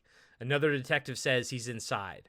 Inside the abandoned theater, we can hear a man yelling off in the distance as McTaggart and other detectives make their way to the main theater. Another detective meets him and says that Lopez called it in. He's behind the screen, but no one can get near him. He asks for McTaggart by name. As they walk towards the stage, we see a dead child is being put into a body bag. There's a ritual altar with candles and trinkets placed all over the stage. You can see the silhouette of Lopez keeping the officers at bay from the other side of the screen. Lopez is saying it wasn't him. McTaggart walks up to the altar and sees the blood and is horrified. He goes behind the screen and sees Lopez holding back it's like 6 beat cops with his gun. McTaggart asks if he called it in. Lopez says, yes, Lieutenant. McTaggart asks what happened. Lopez says, Jesus Christ, did you see what they did to that kid in there? McTaggart says he saw. What do you know about it? Here, why don't you give me that one? What do you know about it? What do you know about it? I don't want to blow your vocal cords out, though, so I'm not going to make you do McTaggart all night, though. I could do McTaggart all night, baby. Give me that McTaggart. Hey, I can't move my arm, but I can move my gun. That's because it's an extension of his dick. McTaggart asks if he called. Yeah, okay. I'm Robert Loggia. Lopez yells, they took my badge. McTaggart asks, "Who took it, Tom?" Lopez is wide-eyed and crazy looking. He says, "You don't know what they could do to me." McTaggart tries to calm him down. Tom, I'll just take it. Tom, you did a good job. Now we're here. You got to let us have it. We'll go down to the station and make a report. As he gets closer, Lopez pulls out his gun and yells no.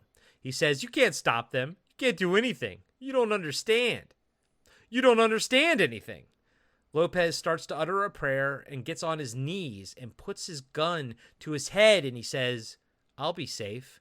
And I liked how he was so sure in that moment. He wasn't panicked at all. He's just like, "I'll be safe." And they don't really call back this either. Attempted suicide? Yeah, because he doesn't do it anymore after that. Yeah. McTaggart grabs it and stops Lopez from killing himself. The rest of the cops rush him and carry him out. Lopez yells, "Brujeria!" as he's being taken away, which is Spanish for witchcraft. Outside, we see Carmen still watching the scene with all the other onlookers. She sees Lopez being dragged away as he's yelling, "I'm a cop." Just then, Carmen feels something behind her and turns around. Paulo is in the crowd watching too. He looks happy. She turns around and looks at him. Then she turns back and says a prayer. When she turns around again, Paulo is gone. Carmen reminds me of the character in so many movies where you're thinking this character is going to have a bigger impact on the finale of the film, but just kind of gets pushed by the wayside, and you're like, "Oh, but I like that character." Yeah. It reminds me of Richard Farnsworth in Misery. That he's the sheriff and he gets plugged, 3/4 of the way into the movie, and you're like, "Oh, I thought he was gonna save the day, and now he's dead." And that's something I didn't like about thrillers back in the day. It's like killing off a cool character. You're like, but I like this guy. I'm with you. I liked Carmen a lot. I'm glad she doesn't die, but it does. Yeah, you guys will hear it. It does get to the point where she exits the movie and she never even returns. Even in the post-climax denouement, it would have been nice to just see Martin Sheen, Cal, call Carmen and be like, "I just want to say I'm sorry," Yeah, or have her actually back with the family again. That would, that would be even better. Actually having her there with him at the end and being, I'm with you there, man. I actually am 100% with you on that one. I would have liked to have seen Carmen come back because her character, I love the actress who's playing the character. She's great. And the character means well the entire movie. Yeah, totally. Cut to Chris waking up screaming from a nightmare. Cal runs into the room to comfort him. He picks him up and takes him into his room. The next day, Chris and Chief Black Cloud are in Cal's bed next to him. The phone rings, waking Cal up. It's Lieutenant McTaggart on the other end. He says he got Cal's number from the psych services. He's at Bellevue, and he has an officer that's in a lot of trouble. Cal says he'll be there in 20 minutes. And it's on a Sunday, and he's like, "I'm sorry, for turning your Sunday into this." But you get the sense here, this informs us that Cal's character, he believes in what he's doing, he doesn't, it's not a 9-to-5 job to him. He believes in helping other people. So he's like, "I'll be there in 20 minutes. He doesn't even argue it. No. Cut to Cal talking to Officer Tom Lopez in Bellevue. "I understand you were working undercover on the disappearance of some kids in Spanish Harlem. Is that right?" Lopez is strapped to a wheelchair, but has something in his hand he is fidgeting with. Tom asks Cal if he's Catholic. "Yes, I am. I'm not a practicing Catholic." Tom looks at him and says, "They know who I am." Cal asks who they are, but Lopez doesn't trust Cal enough to tell him. Tom goes on, "The spirits help them. They walk through the walls. Don't forget that." Cal says he won't. Tom gets frustrated for a second, then calms down. "They knew I was on to them. I walked in and they were waiting for me." Cal asks if he can identify them. "No, when I came to, I found the body." He starts yelling, "They got my shield. Don't you get it?" Cal says yes. "They're going to kill me. I can feel it started already." You're doing like a Eric Roberts from Pope of Greenwich Village. Damn it. No, it's great. It's terrible. I love it. Keep going. You're the good one with the voices, man. This is gold. Cal says that no one can harm him in the hospital. Lopez says, "God can't save you. The The church can't save you. We now see that he has another wishing shell in his hand. They get right inside your body. You can't stop them. 7 powers. You think you can stop them? You think science can stop them? Tom starts freaking out and Cal holds his hand. The eyes. I saw his eyes. Of course, talking about Apollo. Cal asks whose eyes, but Tom just whimpers and says, they can get to anyone. They can kill anybody. You want them to know who you are? Cal looks at him with concern. Cut to Cal talking to McTaggart about Tom. McTaggart asks if he'll come out of it, but Cal says he needs more time with Lopez. McTaggart says he was one of his best guys. Cal suggests he should see the victim, maybe get some insight into Lopez. They walk by the kid's parents, and McTaggart casually points them out. They look upset, but not too upset. Agreed. In the morgue, Cal is horrified by what he sees. And yeah, like, Zach, to your point, like, the parents of that first kid that gets killed, you see them multiple times later, and it kind of informs a rewatch of how they behave and everything. Yeah, totally. You know, and I gotta say, I'm never a big fan, kind of like with, like, kid actors, but I'm also never a big fan of people freaking out in movies. I don't ever think it's that realistic. Jimmy Smits, on the other hand, I think does a damn good job. Yeah, he's good. You know, he's got a. Sorry, she's like chewing on a bone or something behind me. Oh, that's okay. I hear that. Fozzie. Oh, Jesus. She's like, she always wants to be near me when I'm recording too. Which I love, but at the same time, it doesn't make for the most optimal recording experience. No, he's great. He's just a really great actor, and I love seeing guys that, you know, become a bigger deal later on in their career in smaller roles. He was great in Running Scared. One of the highlights of Running Scared is his character, and John Grease from, you know, Napoleon Dynamite and Real Genius. Yep. And then TerrorVision. Yep. And then, of course, the other guy, Stephen Bauer, who was in Scarface as well. But they were the highlights. The low light, I think, was Billy Crystal. I'm not the biggest Billy Crystal fan. Gregory Hines, on the other hand, I love. Love me some Gregory Hines. Rest in peace to that guy. He's a legend. Big rips.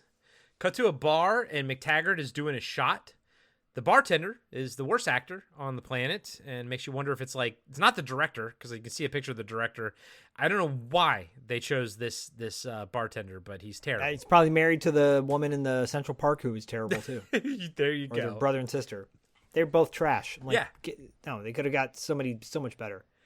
But Morgan Freeman. You notice Morgan it too, Freeman, right? Because he makes a joke, and then he kind of has this weird look on his face, you know, when he gets reprimanded for the joke. Terrible. Yeah, it's terrible. Yeah. Like Morgan Freeman sitting at home going, and why the hell did I not get a part until 1989? Right? Whatever. Yeah. Seriously. The bartender asks if he's been down to the freezer again. McTaggart doesn't appreciate the attempt at comedy and tells the bartender to pour him another one. And that's when the bartender makes this weird face, like, oh, boop, boop. You know, it's terrible. It took me out of it for like 1 second. Right. Cal saddles up next to McTaggart, but just orders coffee. The lieutenant asks Cal, so did we treat cops for alcohol abuse back in Milwaukee? Cal corrects him, Minneapolis. McTaggart asks what brought him to New York. Cal says he went to graduate school at Columbia. Cal asks what Lopez had on all this. McTaggart says nada, nothing. Cal asks to see the report, but McTaggart says he can't. It's not available. Just then, 2 beat cops walk into the bar and says, hope you're off duty, Lieutenant. McTaggart tells him to fuck off. McTaggart tells a few people to fuck off in this movie. Right. Cal asks if Lopez is Catholic. McTaggart says, sure, the family's Cuban. They practice a thing called Santeria. Ever hear of it? Cal says no. The detective goes on, and this is obviously very important. It's a Latin thing. A lot of them are into it. They cut up chickens, magic, shit like that.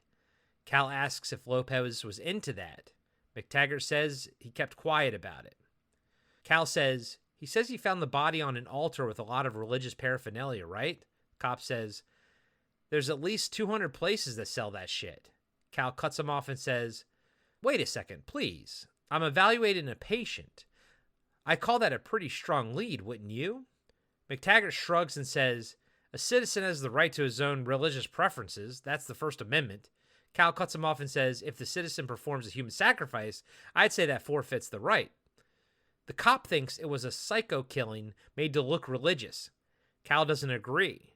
That kid was cut up with the precision of a surgeon, not a psychopath. What are you afraid of? That Lopez is a suspect? That it's one of yours? That it's one of your own? It's not this religion, is it? McTaggart leans in and says, I don't call cutting up chickens as a religion. Maybe if you spend as much time in the barrio as I have, you wouldn't ask so many dumb questions. Cal says that's bullshit. Just one last question. Is this all the assistance I'm gonna get trying to help this officer? Think about it. Then Cal leaves the bar. Speaks also to the way we perceive religion in this country. You know, if it's religion is one thing, it's God and Jesus Christ. Yeah, a lot of people believe in this country that there's a freedom of religion just as long as that religion is basically Catholicism or Christianity, essentially. Yep. The white man's religion. Yep. Yeah, no, I find this movie kind of timely, kind of interesting with all the stuff that's going on now as we see this, Christian fascism rising and everything. And you just realize, like, man, all religions, like, they all have their thing, man. And like, and I'm with McTaggart. Like, everybody's got their right to practice wherever the fuck they want to practice. No one forced their shit on me. I'm not going to force my shit on them. But unfortunately, It's not the way things are going right now. Yep. Maybe if Santeria was the main thing in this country, we'd be all better off. If we all had Santeria. Ain't got no crystal ball. I hate Sublime, FYI. So do I. I'm sorry. I never liked Sublime. Nope. I've never gotten it. It was never my thing. Dude. And I love people like, oh my God, they're amazing. Like, are they really? If they were, wouldn't I have heard another fucking song on the radio by them? No. I just was never a fan of that genre of music, that kind of white boy reggae ska kind of style. Yeah, no, I can see it, man. Not even. What would you put 311 as? What would you call 311? I'd kind of lump them in the same category, like white boy reggae ska, like not ska, but like white boy reggae. I mean, they were kind of a punk band when they first came out. They were like a skater. A lot of skaters love Sublime and 311 and Incubus and oh God, yeah. That was never my. I toe dipped every now and then, but was never a huge. That's not stuff I listen to on a regular basis anymore. No, but I always associated Sublime with white chicks at parties drinking beer, underage. I mean, here it comes. This is the best song. Shut up. Shut up. Be quiet. Just shut up, Stacy. Just go over to go huff off the nitrous oxide tank that the parents bought them for the night. Jesus Christ, man. Jesus Christ. I hated high school. I hated rich people high school. God. I never went to parties like that in high school, man. I'm not gonna lie to you. I kind of just hung around with my nerd friends. We all just watched nerdy movies. But see, I would have much rather done that. But then my friends were like, it was like super bad. We're like, we should go to one of these parties sometime. You know, we should we should be a part of that. And then we did, and I'm like, this sucks. I'd rather be at home watching movies right now. I never went to a single party in high school that was like a party in high school in the movies. Yeah, I know. Oh God, I hate high school. So thankful that my son hopefully will never have to endure that shit. Trauma for both of us. I'm telling you, man. Like, we don't. Oy vey. That's a whole. Listen to Podcasting After Dark's Wrap Up After Dark at the end of this month. We may bring up some of these stories on the show. If you're not a Patreon subscriber, consider becoming one like Cam Sully did at the highest tier, as we're breaking his movie down as we speak. Yes. Yes, we've only gone on 30 tangents so far. We've only made it 15 minutes into the movie. Yeah. It's kind of true, actually. I know. Hey everybody, Corey here. I just want to let you know that we'll be right back after these short messages. I'm John, and I'm the host of Action. Every week, I'm joined by James. Heyo. And Dustin. Hello. And each week, we review, debate, and rank a different action movie. We're creating the ultimate list of action movies. From awful to awesome. So if you want to hear 3 more white guys with beards talk about action movies. And argue about where they belong on our list. And decide you hate us because we made fun of your favorite movie. Join us every Tuesday, and you can find us on your favorite podcatcher. And Steven Seagal is a joke.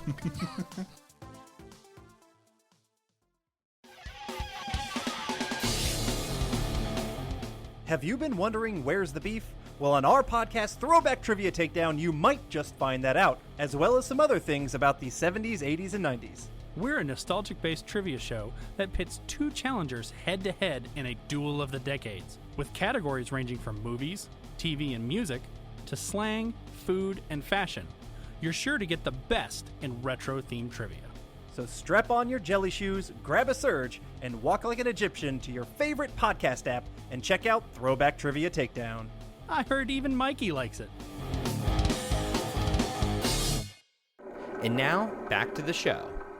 Cut to Cal in his office looking at books on Santeria and magic. It's raining heavily outside. And this is when there was a weird scene of like their next door neighbor running to grab his shirts or something. He's like, He runs out and he goes, well, so the movie that to cut you off, the scene opens with Chris's shrine to his mom in the garden, to mommy love Chris or whatever. And the ink on the little label is fading away from the rain. The rain is like washing it away. And then randomly you see like a overhead shot of their next door neighbor run outside and go, my shirts, like that. And then grabs his shirts and like kind of like daintily runs back into his place. It is a very flamboyant character for no apparent reason. No, I mean, and I mean, I cut all of that, but I mean, I shouldn't have because it was worth noting. But yeah, it's like it had nothing to do with anything, and yet here it is in the movie. But I guess it goes to what you were saying earlier, how a lot of this movie kind of shows slice of life stuff and everything. But yeah, it was such a weird. And again, add this to just 15 seconds. Trim this 15 seconds here, and just start the scene like I say it with Cal reading the books. Yeah, because the thing is that planting of the stuff for his mom, it doesn't come into play like at all. It doesn't. This is the last time it gets brought up after that. Right, and it's kind of like, he's going to focus on Jessica in a bit, not being his mom, and nothing really is going to come back around to like him talking about his mom after that. Do you know what I mean? Yeah, and I did want to point out one more thing. I meant to bring it up earlier. All the pictures of Chris's mom are like her headshots from casting agencies. and it's funny because when you go across the street to when Helen Shaver's character later on, she has like obvious headshot photos in her place too, on her wall of herself. It's just so funny because that was like such a common thing back then to just use the headshot as the candid photo. My favorite thing in a movie is when they show the character as a kid and they actually use like real life the actor's kid photos. Same. I like that. Yeah, I like that. But I did notice, and like they're like in black and white too, so they're like black and white headshots. Like they didn't even like bother taking new pictures for the movie. They were just like, there's no picture. Just give us your headshots. Just give us your headshots. We'll turn those into pictures. It'll be fine. Why didn't they just take a picture of her with Chris? Yeah. Like hugging each other, or a family photo on his wall. Yeah. But no, it's like headshots. It's headshots. It really is, guys. It is. Side note tangent, I just finished watching Blackbird on Apple TV, which is really good. That's a serial killer show with the dude. He's in Cobra Kai with the heavyset guy with the long beard. Oh, Starburns or Face Star, the funny guy, right? Like he was on the Bad Guys, but now he's kind of the goofy guy. Yeah, he's really, and he's amazing in this. And then Taron Egerton is is who looks like a young Jim, he looks like a young James Caan. By the way, he's badass in this. Have you ever seen I, Tonya? Yes. Oh yeah. They both were in that. He was the bodyguard. The guy from Cobra Kai was the bodyguard who did the thing. That's right. He was great. And I, Tonya was a fantastic movie. I love that movie. Yeah, he was great in that. And then I think he was in that movie with that Spike Lee film where the undercover cop goes undercover as a Ku Klux Klan member. Yeah, which was black, really good. Yeah, what's it called? The Black Ku Klux Klan guy or something like that? Yeah, I know. Black Klansman, I think. Yeah, Black Klansman. Yep. That movie's really good too, by the way. It's been on my watch list for a while too. I heard it's really good. Yeah. It's one of those drama comedies, but yet it's still based on a true sort of story and shit. Yeah, it's got a great finale. It's very satisfying. I want to see that one. I want to see that one, dude. Anyways, back to Cam Sully's breakdown. I hope you enjoyed this with Cam. Cam's like, guys, this is the best episode ever. And of course, go check out the Jacked Up Review Show podcast, guys and gals. Right, yes. So Cal is looking through books on Santeria and magic. It's raining heavily outside. We can hear Cal's voiceover while he's looking through them. Santeria is 1,000 years older than Christianity, brought by slaves to the Caribbean. Their African gods are hidden in Catholic saints.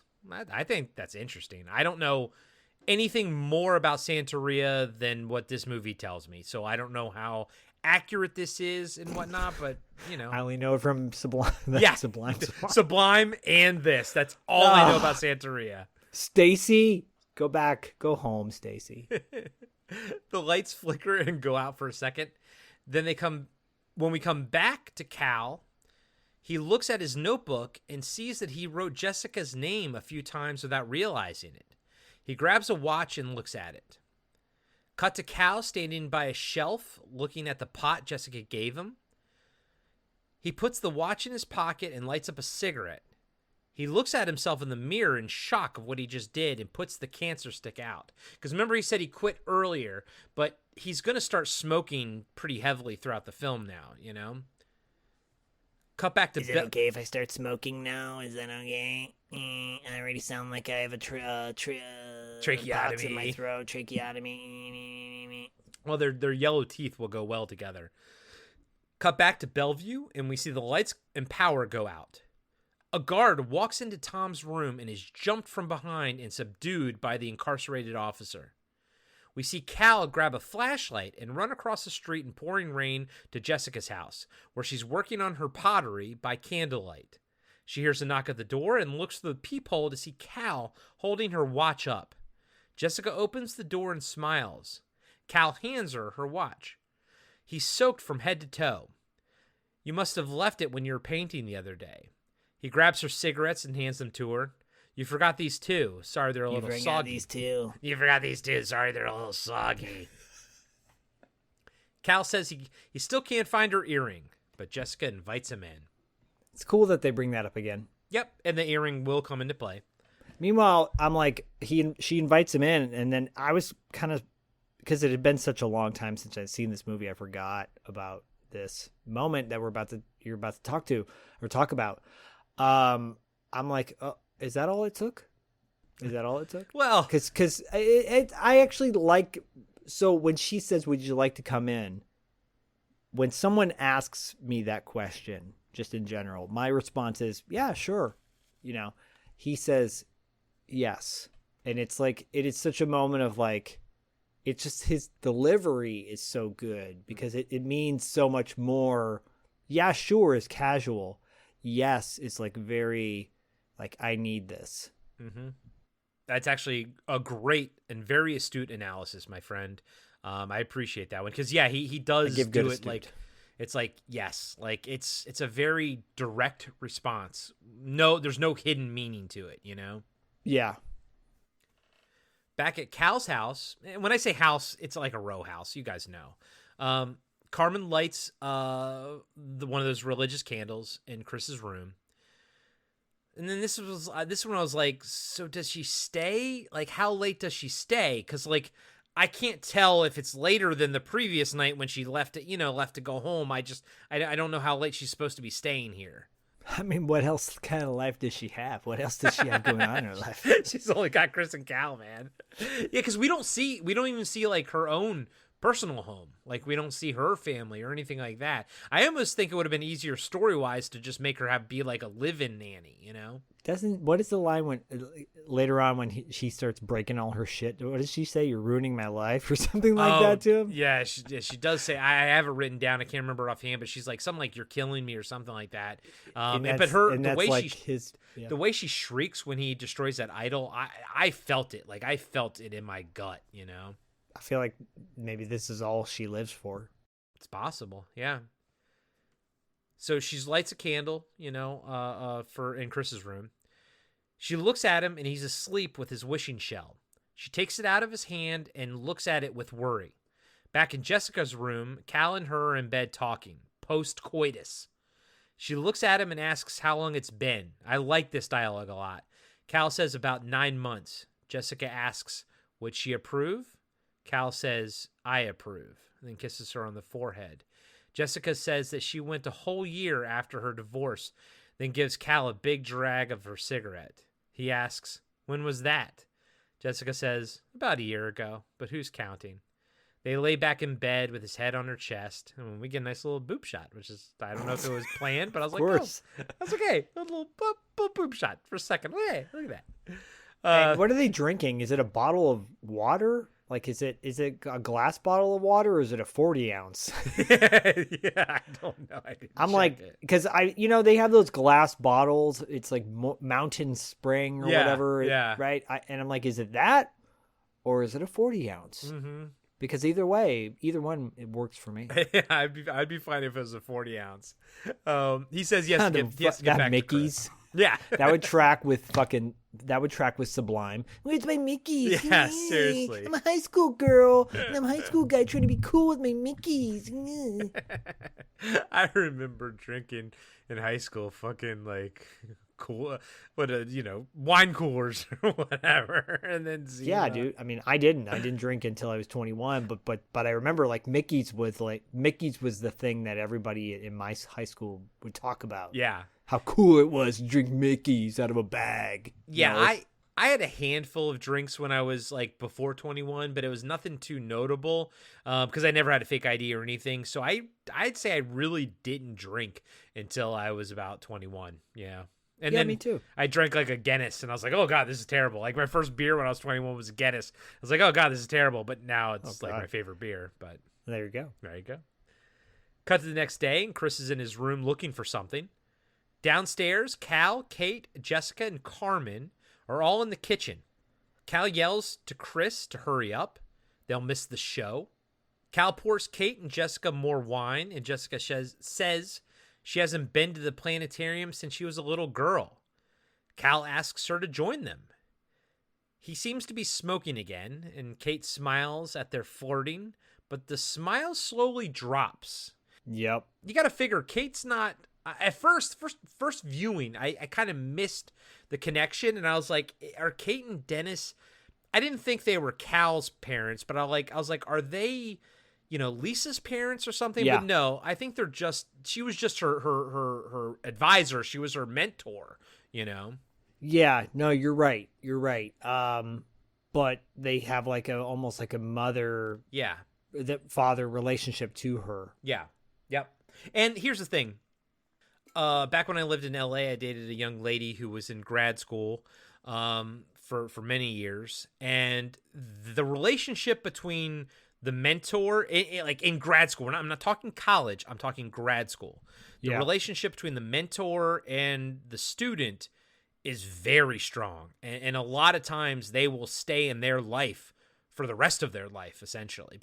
And they don't take on like 50 kids or whatever. I mean, they only have like 5 people that they're mentoring at a time, so it's a very small amount. Yeah, no, I totally get it. And I think this relationship, like the fact that like, even though Lisa's dead, the fact that Cal and Chris still have a relationship with Kate and Dennis, I think it's important. I don't think Cal would, but he knows it's important for Chris. And I also appreciate that his relationship, Cal calls his son Bean, which I think is really sweet. It's a nice. He calls him sweetheart at one point. Like you get you get that real affectionate relationship they have. And when he yells up to Chris, it is like it's not in a harsh way. It's like in a sensitive way, but it's got to turn dark in a minute. I'd say all the things that Martin Sheen, like the way he's acting, you can tell that the actor is a father because he knows how to properly emote in these moments. Oh, I had the moment when he's in bed with Chris after Chris has his nightmare. Like been there with my son and myself, Yeah. And I totally relate to it. I don't, but then when things move forward, what's about to happen, I don't relate to. Well, I will be curious to find out what your reaction would be if Bodhi ran into traffic and almost died. But let's talk about that when we get there, because there's still some interesting stuff here. I didn't mean it that harshly, but you know what I mean. No, I know, I love it. I love it. Chris comes running down the stairs, looking for his wishing shell. He looks in containers around the kitchen. Cal says he doesn't know, where it is. Then Chris points at Jessica and says, "Did she take it?" Then he kind of runs out of the room. Cal yells at Chris, but the boy runs into the living room, and I love this. He looks at the pot for a second, then he knocks it over, and it's the pot that, she made and everything, and he shatters it on the floor. For a split second, we see one of Cal's handkerchiefs was in the pot. Cal kind of reprimands Chris as he goes running to his room. Kate says she'll go check on him. Carmen tries to clean up the mess and hide the handkerchief, but Cal sees it and takes it from her. Inside the hanky, because Cal says, "Is that my hanky?" If you have a handkerchief and you call it a hanky, I will smack you in the face. No man should ever call a handkerchief a hanky. You might be a little bitch if you call your handkerchief a hanky. And inside the handkerchief, he finds Jessica's missing earring. Carmen speaks Spanish kind of frantically, but Jessica translates. She says Carmen did it, but it isn't bad. It's like what she did's not bad. She says it's like she's like a matchmaker. She cast a love spell on them. Jessica, and I like how, this is already kind of sweet. Jessica and Cal kind of smile at each other, because, they're falling in love. So Carmen's not going to really get in trouble for this one. Just then the phone rings. It's Lieutenant McTaggart. He asks if Tom Lopez has tried to call. Cal says no. Why? The detective says that Lopez took a hike from Bellevue last night. Also, they have another dead kid like the one in the abandoned theater. This one is down by the piers. So before we leave the scene, I just want to say that I think Chris's reaction was very realistic. Like, he doesn't want this lady to replace his mom or whatever. But I also like how it spins by the end, like how it spins and it almost goes like a 180. Well, it's only been a year. It's been like what, 9 months, he said? It's only been it's only been 9 months since you watched your mom get electrocuted and die. So clearly there's trauma going in front of your eyes. Yes, and there's nothing you could do about it. And so his trauma and his anger are all I feel like it's all acceptable. Yeah. The way it's presented. Yeah. And Cal's reaction initially, like his kind of rage that comes out of nowhere, like he gets really rage filled. That's clear of somebody who hasn't dealt with their own trauma. So we all know people like that, and who you compartmentalize, and then it just comes out in this horrific way. And it's only going to get worse with their relationship. So from a dramatic standpoint, this film is very accurate. Like, you're like, yeah, I think that's all. It's not obviously the healthy way to deal with it. In the way he like shakes Chris when he's like, "You did this on purpose," there's like screaming at him practically, like angry at him. It all makes sense. Doesn't make it right, but it all makes sense. Yeah. Agreed. Completely agreed. Cut to a barge by the pier. Cops are looking around, getting evidence. We see a severed goat's head floating in the water. Cal meets up with McTaggart, and he tells him it's another kid around 8 or 10 years old. He's been dead for a couple days. They climb down into the barge, and there's another altar set up, and the dead kid is lying on it. Cal looks at the body, and the kid's stomach has been cut open. But you can also see the kid actor breathing for a second, too. That happens. So he's still alive, and they think he's dead. That's fucked up. That's fucked up. Back topside, Cal looks like he's going to throw up. He asks McTaggart how you ever get used to it. You don't. Now maybe you know why a lot of cops hit the bottle. He says, listen, Doc, newspapers find out some psycho cop is doing this. My job gets tougher and shittier than it is. He asks Cal to not tell anyone about this. Cal looks mad and says, psycho cop? You don't think he did it? McTaggart shoots back, I don't know, he didn't. Then he asks again if Lopez called him. Cal says no. Weird fucking city you moved into, Doc. Cut to Paulo doing a ritual in his hotel room involving snakes and Tom Lopez's police badge. We see Tom get out of an abandoned car and walk through the city. At the same time, Cal is trying to track down Oscar Czezin, the guy who wrote the book Santeria in Practice. He is at a bodega, but it's closed. He knocks on the gate and asks the guy inside if they can talk. The man recognizes the book and tells Cal they're closed. Cal pleads, but the man walks away and turns off the lights. Did you notice that when he turned off the lights, he disappears? Like you can tell that you would still see the actor there. Like, it's not perfectly dark. It's just, in shadow, but they make it so that he literally vanishes when he turns off the lights. Yeah, it's creepy. It is. It is. But that kind of doesn't really come back into play of any way. No, it doesn't. And then, the relationship that he clearly knows what the antagonists are doing later on in the movie. He knows, and he's still kind of abetting it. He's going along with it, but then he assists Cal. We'll get all that later, but I'm I don't know. This character is kind of wonky to me. I have questions about the party scene, and when we get there, I'm going to ask. Yeah. I'm going to pick your brain on that and see what you think. And I agree, because it also too. It's here. It's he seems to be the kind of guy, because you'll find out in a little bit that he's the kind of guy that wants to help people. This Oscar, but then why did he run away from Cal right here? It doesn't quite. It almost makes you think that there was a 2.5 hour movie that was trimmed down, and some of these pieces, maybe Chris somehow being clairvoyant and talking to his mom was a part of that. You know what I mean? And they just sort of cut it. Kind of like how there was the, famously in The Crow, there's the dead cowboy that was sort of guiding him, and they just completely cut all those scenes from the movie and everything. Yeah. Which we'll never see. Yeah, because I don't think they were ever really filmed and processed. I think they had a couple shots of the dead cowboy, and I think Berryman played, from Hills Have Eyes, the original. Yeah, I think he played the dead cowboy. And yet we'll release the 12-hour version of Cabal Cut. But where's our full uncut version of The Crow? Fuck, where's our 4K version of The Crow? I bet that movie's going to look gorgeous in 4K. Come on, Kino, get on that shit. Ooh, I got my my 4K National Lampoon's Vacation should be actually coming tomorrow, and my Arrow box set with dolls and Robot Jocks should be coming, I think, the day after that. Mine got delayed till next week, but hopefully, it should be coming soon too. Did you order through Amazon or another? Amazon. Okay, yeah, me too. You just got delayed? Yeah, till July 5th. Oh, no shit. Okay. All right.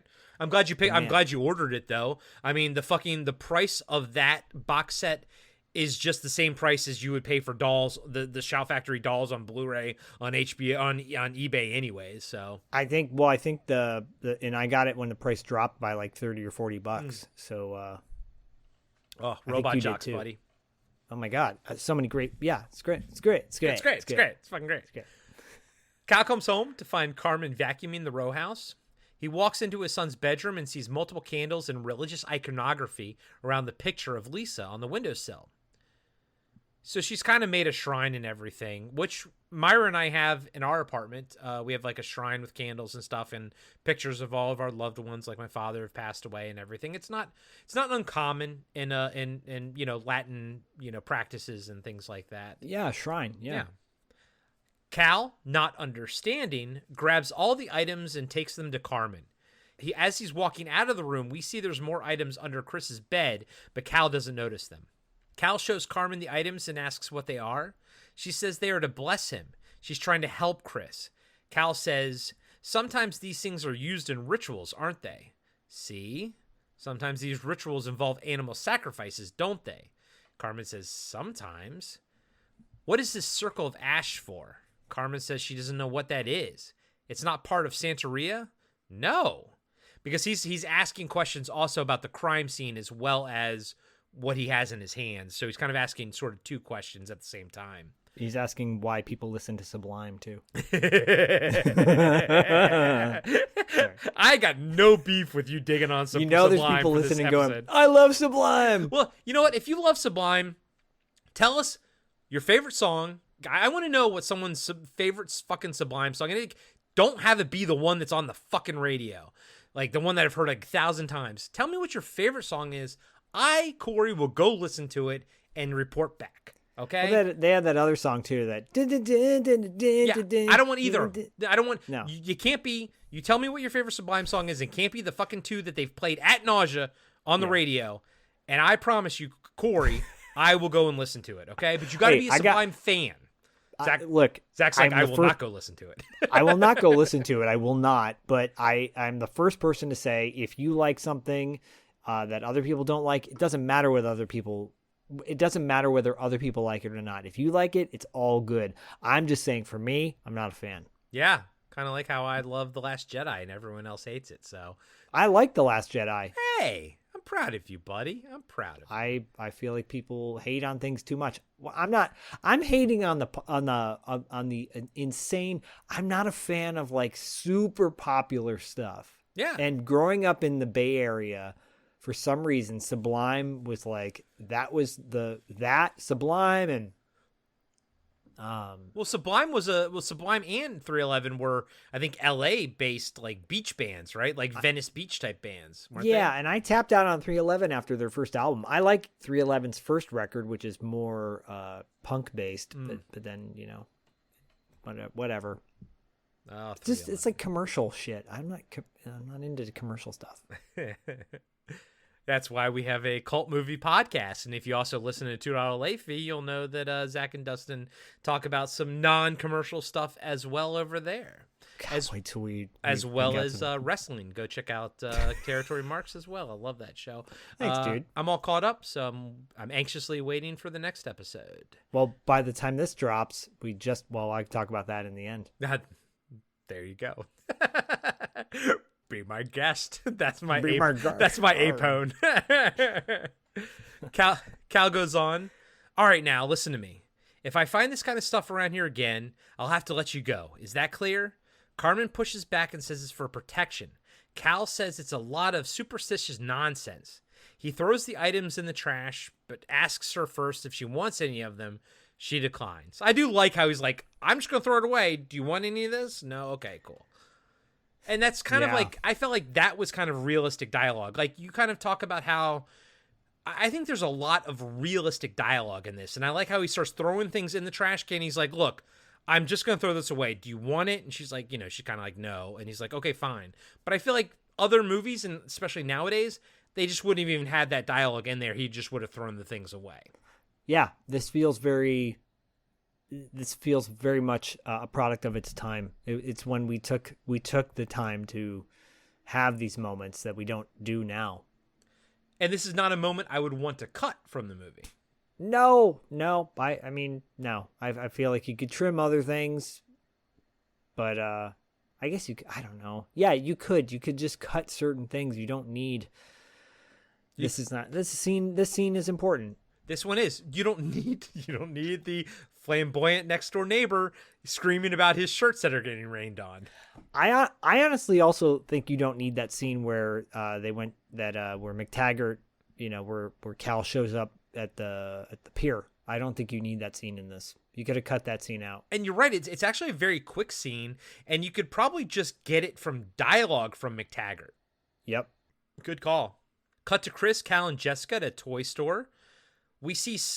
I thought it was KB Toy Store, by the way. Do you remember the KB Toy Store used to have that booth in the front with all the mechanical toys? Yes. That move around? Yes. And did you enjoy the awesome fucking Zoid toys that are in there? I sure did. And in fact, what's her face, Helen Shaver's character, she points out the Zoid toy as like, that one's pretty cool. And I'm like, she's got great taste. She should be your mom. Yeah. And she will be. And but by the way, man, Chris has got shitty taste in toys. Well, maybe he doesn't, because he sure disposes of it pretty quickly. So Jessica asks Chris which toy he wants for his birthday, but Chris is having none of it. He is super moody. Chris eventually picks a random toy, and Cal says, "What do you say to Jessica?" He says thanks, but Cal can tell he isn't being genuine. She's not even in the picture at this point. She walks away to go pay for it, and he says thanks under his breath. And yeah. And Cal just kind of, and I know that dad face of like, he just kind of pushes the kid forward to kind of get him moving, but doesn't really say anything. But I can see, I recognize the dad face. Like, I'm getting pissed off at you, kid. I have moments with Bodhi like that where I'm like, hey, make eye contact with people. Say thank you, like but they both get a pass because they witnessed the biggest part of their life, yet die in front of their faces, and they did nothing. They could do nothing about it. God, they both get a pass on all of this. Do you think Cal just eventually just sort of tackled her? Like how do you think he broke the circuit? You know what I mean? I think you pick up a broom handle and you whack her. Right? Because he can't touch the milk too, because he would. Oh God, this seriously, guys and gals, if you watch this movie, just know that opening, man, is gut wrenching. It'll stay with you. It fucking will. It cold cocks you. Outside on the street, Jessica tries to buy ice cream for Chris, but he yells that he doesn't want any. When Jessica tries to give him hers, he knocks it to the ground and runs into traffic. Cal runs after him as they both almost get hit by cars. Cal chases him down and spanks him in the street as Chris yells that he doesn't want anything from her. She isn't his mom. Jessica watches in dismay. And, dude, this was tough, man, because, yeah, Cal, like, fucking lays into him, and he's yelling at him. And I also get the kid's response, man. She's not my mom. He's a fucking 8-year-old kid who watched his mom be electrocuted, like, 2 feet in front of his fucking face. He's not 9 months ago. He's not ready for Jessica to be his mom. Now, the whole scene is so... I'm watching and going, oh God, oh God, oh God, oh God, oh my God. that was my reaction through the whole thing, because the little mechanical toy gets destroyed by a car that drives over it. Yeah. And he narrowly gets hit by cars. Yeah, it's an intense moment. And yeah, I mean, look, they both, like, he's taking out the rage that he feels about not being able to save his wife and all that stuff. And yeah, the whole thing is tragic. And, she understands too. She's not an idiot. She's smart. She knows that this is hard on everybody. Where most people would be like, okay, well, I gotta go. Exit stage left even. Heavens to Murgatroyd, what's going on here? Yeah, no, I mean, it's a kind of a big thing that she stays around after this, Yep. I mean, there's not much more I can say to it. It's really like, this is probably the climax of their emotional state of their emotional relationship. Yeah. Yes. Yeah. Back at the apartment, Kate, Dennis, and Carmen are getting things set up for Chris's birthday party when Cal and the boy come flying through the front door. Chris goes upstairs with Cal hot on his tail. Cal apologizes for hitting him, and Chris cries that he doesn't care that she went away, meaning, Lisa, the mom. Cal consoles him and tells him he loves his mom very much, but she's gone. Cal says that no one is more important to him than Chris. And they have this embrace and everything, and he apologizes. He promises he'll never hit him again and everything. And I feel it's genuine coming from too. Cal. Oh yeah, it's a really powerful scene. It's like you can tell that it's something that the character Cal will probably remember for the rest of his life and feel shame about doing. Yeah. Look, I never have and never will do anything remotely close to anything like that. And I've always told Bodhi, like, I'll always be there for you. You have these things as a parent, though, especially as I'm speaking about myself, obviously, where you have these moments where, like, you have these flashes of, like, I could be dead tomorrow. I could be, and so you could fucking be in a puddle of milk and touch a faulty fuse. Yeah, and you tell your child that you'll always be there for him, and then if that happens, does that child end up going, he said he'd always be there for me and he wasn't, like, kind of thing. And I have been to because our situation is I'm very fortunate for our situation, very grateful for what I'm able to do with my kid. I'm always there for him. And I think that's been a reflection in, like, his social, emotional growth and blah, blah, blah, because he knows there's always going to be someone there. It's just, he has a very, like, a confidence about himself in a good way. So that moment of, like, I'm never going to do that again. I feel that, man. Like, I feel that where, like, I got upset with Bodhi one time because he was having a meltdown, and it's just like, it happens. Shit happens, as a parent, this shit happens. Your kids have meltdowns and you get frustrated with them. And then you feel guilty about it afterwards, depending on how you handled your frustration, And in that moment, I'm watching Martin Sheen's character, and I'm like, he probably channeled some shit that he had done with either Amelia or Charlie or Ramon or, I think they have like 3 or 4 kids. But it just makes me think about that stuff. Very relatable scene in the sense of, like, I felt the emotion. Yes. That was a long rant. I kind of get the sense you probably got a bit more out of this movie than I did, being a dad and everything. Oh, because I would go do what he did at the end. Yeah. I would do that. I would love to. And guys and gals, Zach's not talking a big game. He actually, he can back it up. I've known Zach for almost 10 years now. And I've known Bodhi. Oh shit, I've known Zach longer than 10 years, I think, at this point. Yeah. And I've known Bodhi his whole life. I've seen Zach and Bodhi together. I know how they are. And yeah, Zach's a real deal when it comes to being a super dad and everything. So thanks, dude. If Baphomet wills it and I can have a kid one day, and I mean this from the bottom of my heart, I truly hope I can be as half the father you are to Bodhi. Aw, thanks, dude. Thank you. I appreciate that. I try. You do a great job, my friend. You're an inspiration. You're an inspiration. I appreciate that, man. Well, I'm just trying to just do my best. You're just a simple man trying to make your way in the universe. I get it. I'm a simple man. I'm a simple man. I like butter in my ass and lollipops in my mouth. There you go. Way to bring it back to Boogie Nights. Bodhi's up. Oh shit! No, I'm kidding. I'm kidding. For a minute, your eyebrows went up. I did. I was like, oh shit. Downstairs, Jessica is talking to Kate and Dennis. She says she just wanted Chris to have a nice birthday. Kate, a little catty. She says he still can. It's not over yet. The phone rings and Carmen answers it and calls for Dr. Jameson. Cal takes it upstairs in his bedroom. He picks up the phone and it's Lopez on the other end. The cop tells Cal to meet him at a diner on 126th and Lexington, and that he and his son are in danger. Tom hangs up the phone and starts walking through Spanish Harlem. You can tell he's in immense pain holding his stomach. He buys a packet of herbs from a bodega, then goes back out on the street. As Tom walks by a newsstand, he sees a magazine, I think it's the New Yorker, with Donald Calder on the cover. He steals it and rips off the cover and puts it in his front pocket. We see Paulo in his hotel room. He's still doing the ritual with Lopez's badge that we saw earlier. We see a shot of Cal having a hard time hailing a cab. Back in Spanish Harlem, Lopez makes his way to the diner. He takes a seat at the counter and orders water. The chef looks at him suspiciously. Tom is sweating buckets and looks really strung out. He takes out the cover of the magazine and writes something on it. The chef brings Tom water and he pours the packet he bought into it and drinks it. It doesn't help him.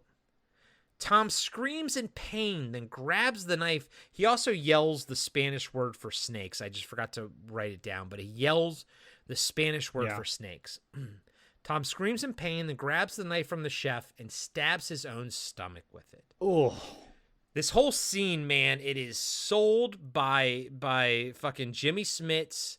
I mean, he looks terrible. He is sweating from head to toe, and he looks like he's going to vomit, and Jimmy Smits is fucking awesome, and every time he looks like he's going to vomit, he's such a good actor, I think I'm going to vomit, you know? It's just like, it's good. It's damn good, and it's tense. Yeah. No, I totally agree. It's a great way to kill off his character, and what's going to happen, well, his autopsy is even worse. Right. Oh, that's... Jesus. Yeah, seriously. Cut to Cal in a cab. An ambulance speeds past them and pulls up to the diner ahead of them. When Cal gets out of the cab, Lieutenant McTaggart grabs him and asks why he's here. Cal says that Tom called him and told him to meet him here. McTaggart asks why Cal didn't let him know. I'm going to get no resolution to that. They go inside and find Tom on the floor with the knife still in his gut. By the way, a cop sort of walks past him. Jimmy Smits doesn't even flinch, but the cop like steps like a nano hair from his head, like the actor, you know what I mean? Yeah. And I'm like, that's not a dead body. That's actually an actor still like alive on the floor right there. Almost got kicked in the face. Good looking out, dude. Yeah, seriously. Officers are interviewing the patrons and workers. The chef says he kept saying snakes in Spanish. The man also says that Tom was writing on the magazine cover before he took the knife. McTaggart picks up the blood-soaked cover. ACHE is written by Tom on Donald Calder's shirt collar. He asks if ACHE means anything to Cal. He shakes his head no. Cut to the ACHE Youth Center. A bunch of police officers are outside and inside the building. McTaggart and his men are requesting files. It's chaos overall. Cal is smoking a cigarette in the lobby when he sees the man from the shop that wouldn't talk to him the other day. Cal asks, Oscar Cezanne? The guy walks up to him and says yes. Cal asks Oscar why he wouldn't talk to him before about the book. Oscar points at him. He goes, did you bring the police in here? McTaggart walks up and asks for Cezanne. He tells Oscar he wants to talk to him in his office. As the three men walk in, we see the same New Yorker cover with Calder hanging on the wall. In the office, McTaggart asks what ACHE is supposed to be. This building is registered as a drug rehab center. Oscar says their doors are open to any troubled children. McTaggart cuts him off and says, even your own kid OD'd, huh? Oscar pauses and says yes. Then asks, is that why the police are here? McTaggart asks about Tom Lopez. Did Oscar know he was a cop? Oscar says yes, and that he's a volunteer on staff and teaches boxing. McTaggart says not anymore. He killed himself about an hour ago. Oscar looks shocked. We see Cal is looking through the New Yorker article on Calder. McTaggart grills Oscar about the missing kids. Is this kid, Louis Montana, part of your drug rehab program? He was. He ran away last week. Is that right? And did you see him after he ran away? No. Did Tom Lopez know him? Yes, I believe he coached him. Then you saw them together? Yes. Why?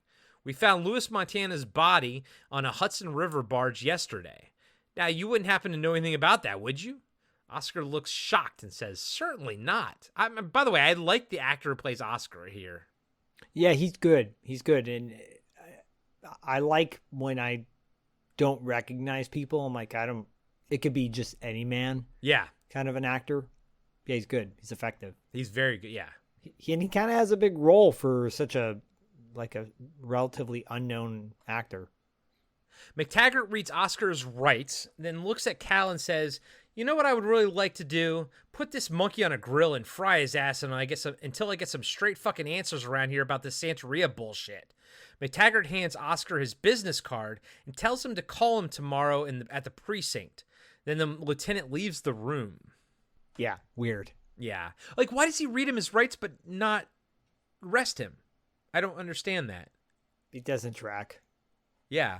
Like, he reads him his whole fucking rights, but he doesn't arrest him. As great as Loggia is, it's not his fault. It's the script. It's the script, yeah. It's just kind of wonky.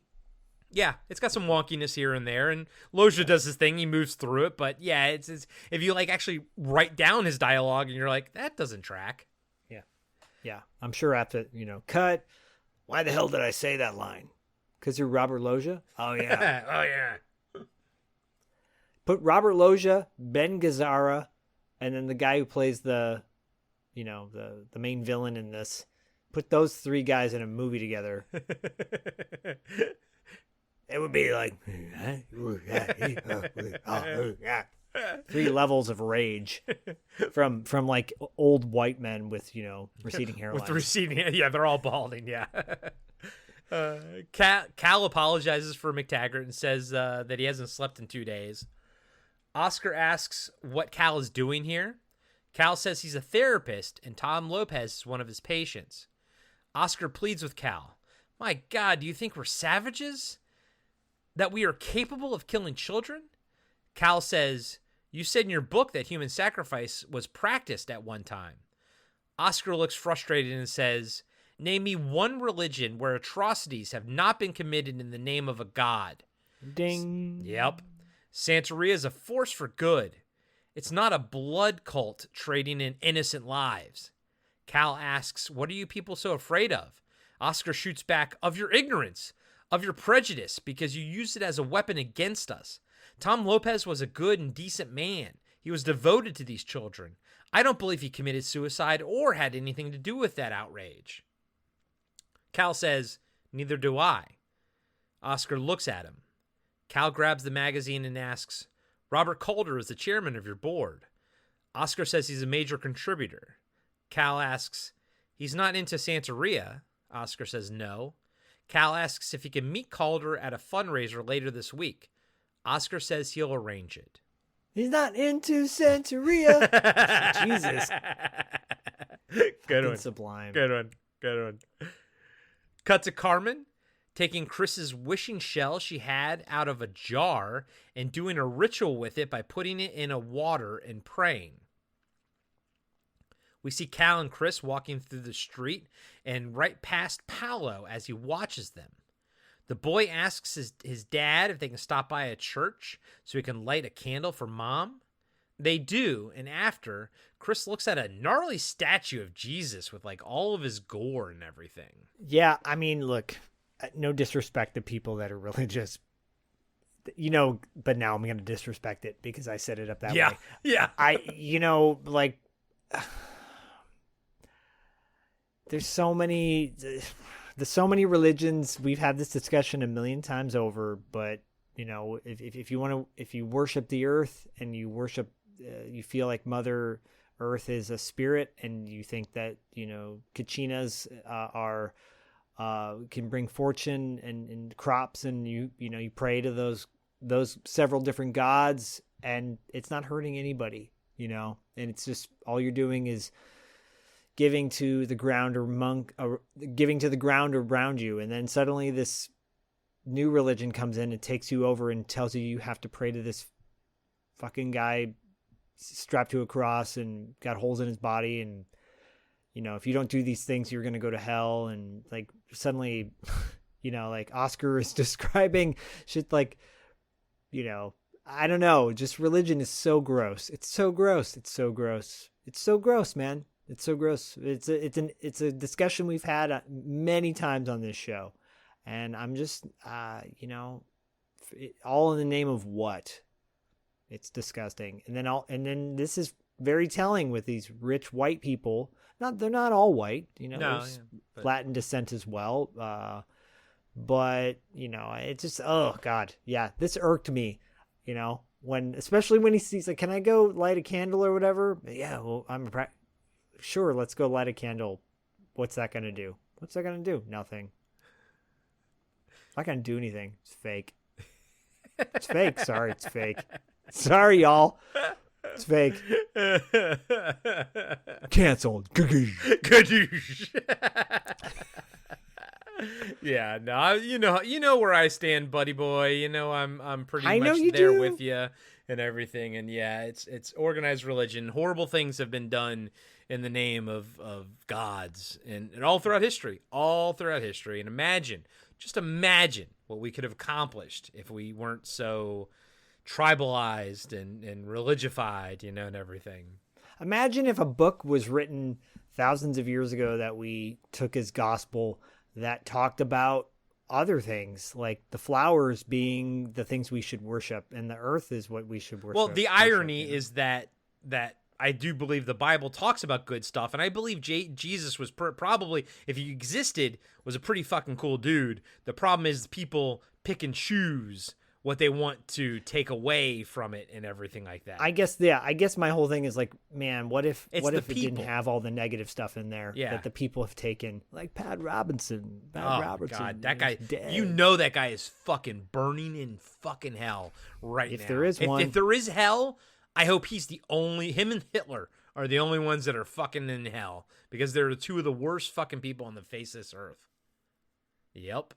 They need that dial of destiny to turn it back.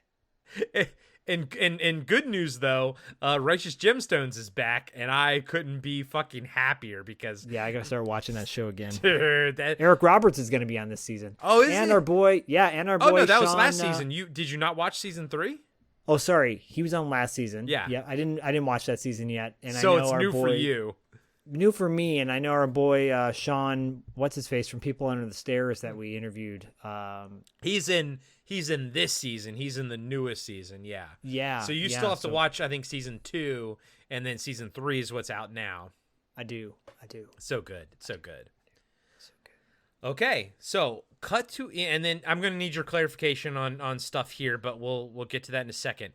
Cut to a swanky fundraiser for ACHE. Oscar greets Jessica and Cal and gets them drinks.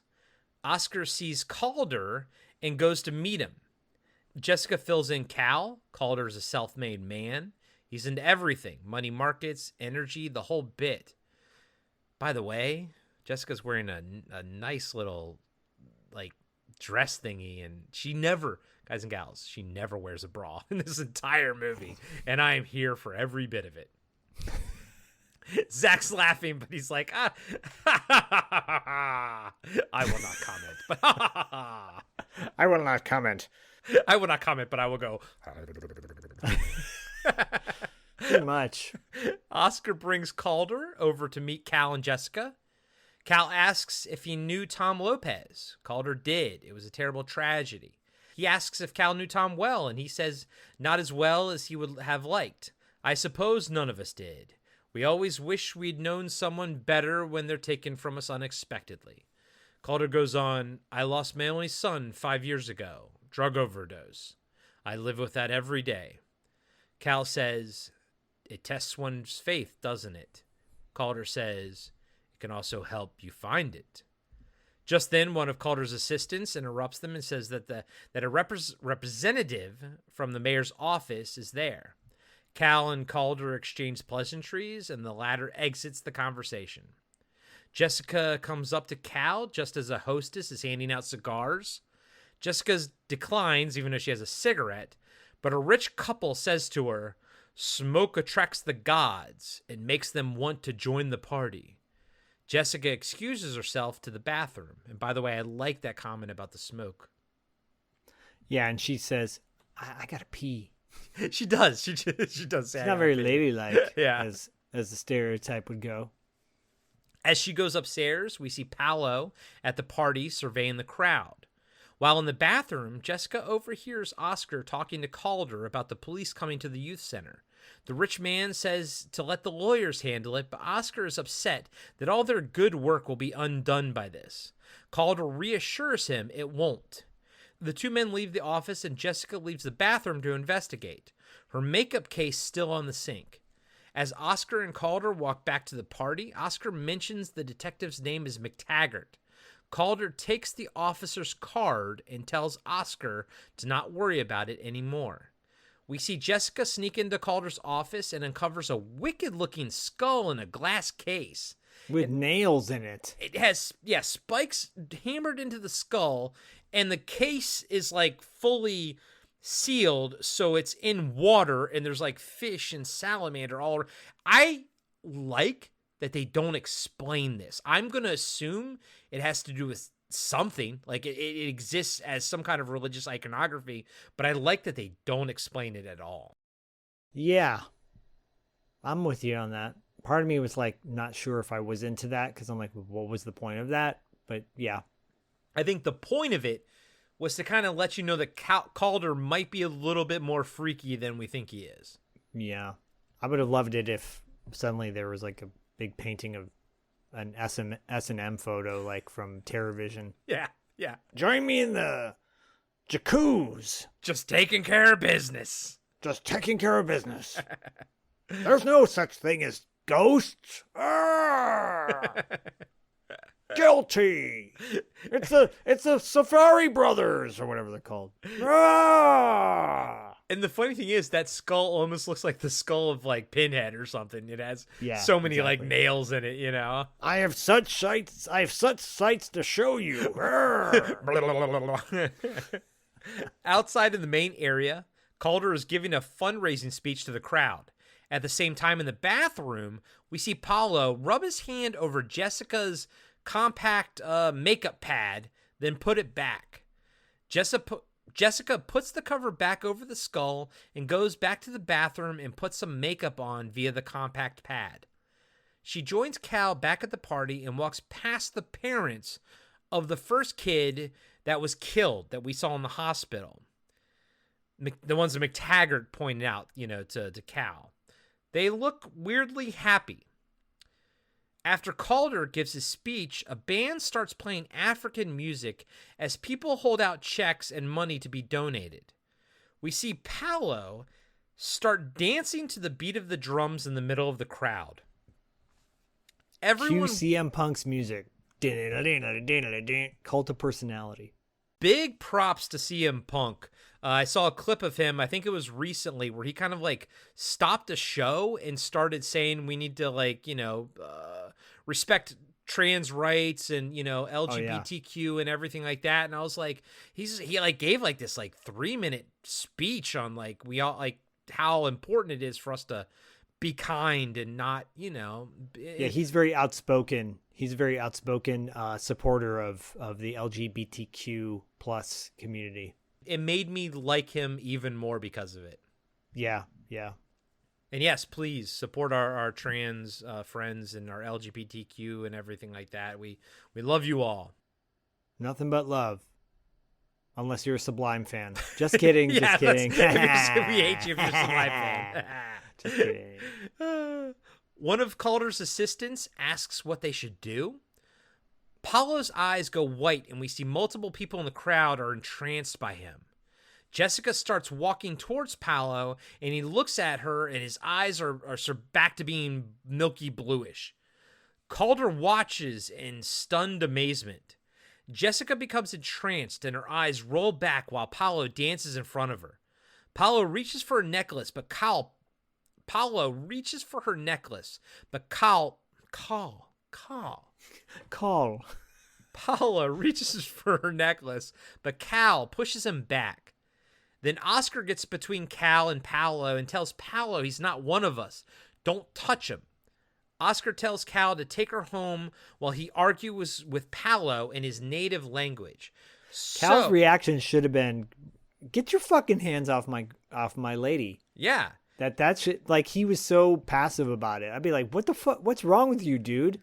So, but dude, we gotta talk about Oscar. So Oscar later on is a good guy, I guess, right? And he's sort of vindicated. Like, we know that he's not that wrapped up. Like, we know he's not wrapped up in the bad side of things. But clearly, based on this, he knows who Paulo is, right? And he also knows, I guess, an idea of his power because he's got to know what's going on.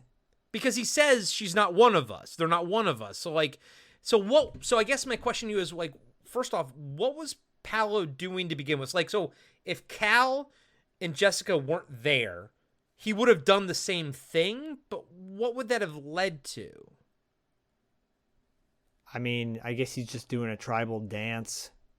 But it clearly affects other people, though. Like, he would have latched on to somebody, right? And done something with them. He would have latched on to somebody and had some sort of connection with them. He has some sort of connection with her. but she's like a threat, right? Because ultimately they do something to try to get rid of her. I guess that's why it doesn't jive why he is kind of attracted to her or connected to her when she walks in. She's maybe wrong place, wrong time.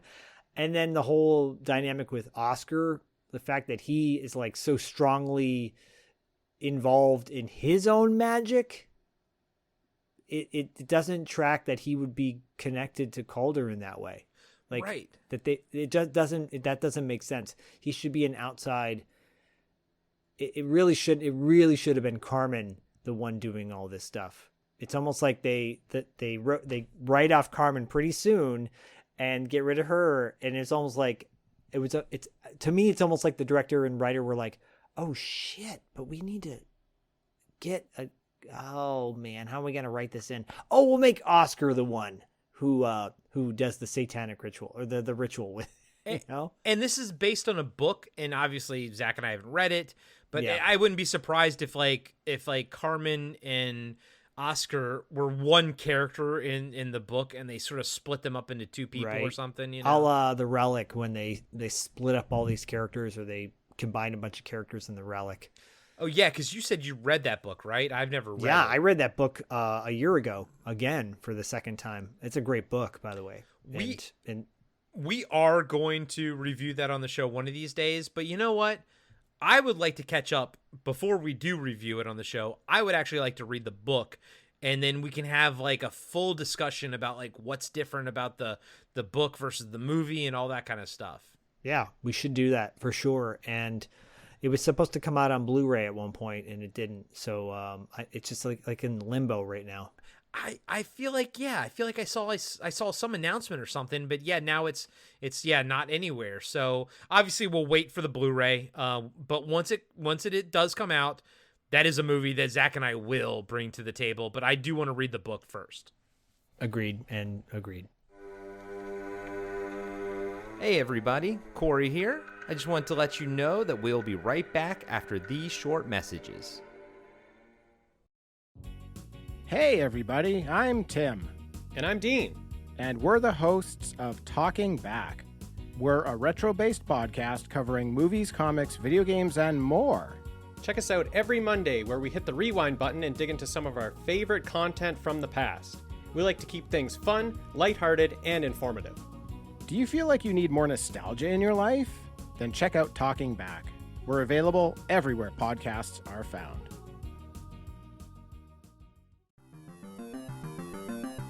Hello everybody, I'm Adam. I'm John. And every week we are giving you a blast from our past. We are the podcast that brings you full-on movie breakdowns, TV show reviews, album reviews, top 10s, and more, all from the things of our nostalgic past. So please join us every single week on the Blast from Our Past podcast. You can find us on Spotify, Stitcher, Apple Podcasts. However you listen to podcasts, you can find us, and we would love to have you take a trip with us to the land of nostalgia. And now, back to the show. Back at the house, Chris is having a bad dream. Carmen is on the ground praying to the idol she hid under his bed. Then she rubs an egg around his body while saying a prayer. Carmen then takes the egg and breaks it into a bowl to reveal it's full of blood. Carmen gasps, then goes upstairs and takes the covers off of Chris and rubs his body with flowers while she prays over him. She picks Chris up and he starts screaming. Just then, Cal and Jessica come home and Cal runs upstairs when he hears the screaming. Cal busts through the bedroom door and rips Chris out of Carmen's arms. Carmen runs away screaming, "You don't understand," but Cal says she's fired and to get the hell out. She screams back that Chris is in danger, but Cal grabs the idol out of her hand and breaks it on the ground. Carmen screams and tries to pick up the pieces, but Cal throws her out the door and says he'll call the cops if he ever sees her again. Yeah. And that's when she's like, she says, "Oh, you're killing me." And I think there's like a connection to that idol because Oscar has the same idol and everything. I think it's a Santeria idol. Right. But when Cal breaks it on the ground, the bellow that Carmen lets out. I feel it, dude. Yeah, same. It's intense. It's such a bummer moment. And that's the thing. It's like, man, dude, Cal, just because you don't believe in this, clearly she does. And I think that crossed a line, man. When you broke that thing, that fucking crossed a line. Yeah, no, I totally agree. Is that Fozzie? Yeah, it's Fozzie. I heard Fozzie. Hey, Fozzie, come. Fozzie be talking. Come here. Whenever she barks at something, she immediately comes to one of us to like. Yeah, she's like, Pet Dad, come here. Dad, I got something to tell you. Come here. Hey, Foz, come. Cut to Lieutenant McTaggart at the police station. He's having a spat with his fellow officers about filing paperwork. At the same time, we see Paulo doing another ritual, this time with McTaggart's business card. Cal walks into the station and meets with the aging detective. McTaggart hands him a file and says, Sazine's story on his son checks out. The autopsy confirmed the kid OD'd, and that's important. Yeah. Cal says he expected as much. What about the Calder boy? McTaggart says, same thing, overdose 5 years ago. Cal looks at the report and notices something. 5 years ago, this boy was 8 years old. 8-year-olds don't usually OD. Where's the autopsy report? McTaggart says he can't find it. No one knows where it is. Cal is shocked. Are you saying it's lost or someone doesn't want it found? McTaggart leans in and levels with him. Listen, we're dropping this investigation. We're laying the murders on Lopez. Cal says, Lopez didn't kill anybody but himself, and you know it. Where's this coming from? McTaggart frantically says they have enough to close the case now. Cal says, who the hell do you think you're kidding? McTaggart drops down to a whisper, and he goes, you want me to show you?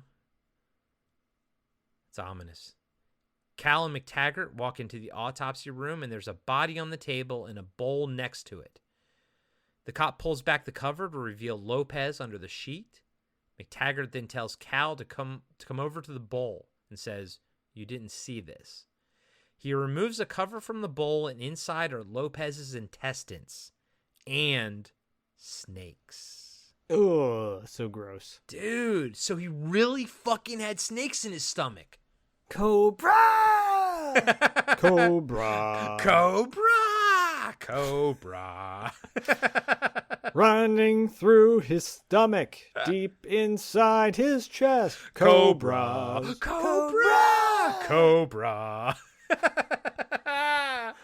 Dude, I know that tune like the back of my hand. Listen to the latest episode of Territory Marks and you'll get a nice dose of that nostalgia. Oh, I can't wait, buddy. But this scene was fucking gross. Freaky, man. Yeah, but it's a great scene. It finally like, this is things moving forward. Things are gonna just pick up the pace, and they're gonna get more and more like sort of supernatural and everything. Supernatural. I can hear little Zach saying it in my head, sadly. Little Zach makes an appearance in the latest episode of Territory Marks, too. Oh, boy. You're plugging the hell out of that one. Guys and gals, go check out $2 late fee. Very proud of it. I edited the shit out of that. Corey and I do our own editing, by the way. Yeah. And so does Dustin for the interviews on $2, but it's hard work. And when you put a lot of time and energy into it and you're like satisfied at the end, you're like, yeah, it's a little masterpiece. Yeah, dude. I had a great time editing Treasure of the Four Crowns, man. That was a blast. You did a great job breaking that one down, man. You made editing very easy on that one. Just like you were doing with this one. You'll never know because I'll be the one editing it. This is true. Cut to Cal packing a bag for Chris. We hear a car honking outside. It's Dennis and Kate there to take Chris upstate for the weekend. Cal tells him to be a good boy and he'll meet them in a few days. After that, they'll go to Santa Fe to see Cal's parents, which is Chris's grandparents. Cal tells Chris he loves him. Then Jessica says he hopes he has a good time. I love this moment. Me too. It's a really sweet scene. Chris hands his dad Chief Black Cloud, then walks over to Jessica and gives her a big hug. She picks him up in her arms and gives him a kiss. Chris hops in the front seat of the car on Kate's lap and they drive off. And this is why we have seatbelt laws now. Right. I love this moment. I love seeing, Chris make that effort with Jessica and everything, Me too. It's a really sweet, it's a needed moment to understand the relationship has finally changed. Plus, you and I have both had step parents that we loved, with all of our heart, as much as we loved our own parents and everything. And I think I could relate to Chris, in this moment and everything. But I could also relate to him earlier when he was upset about everything. Totally. Yeah, it's very realistic.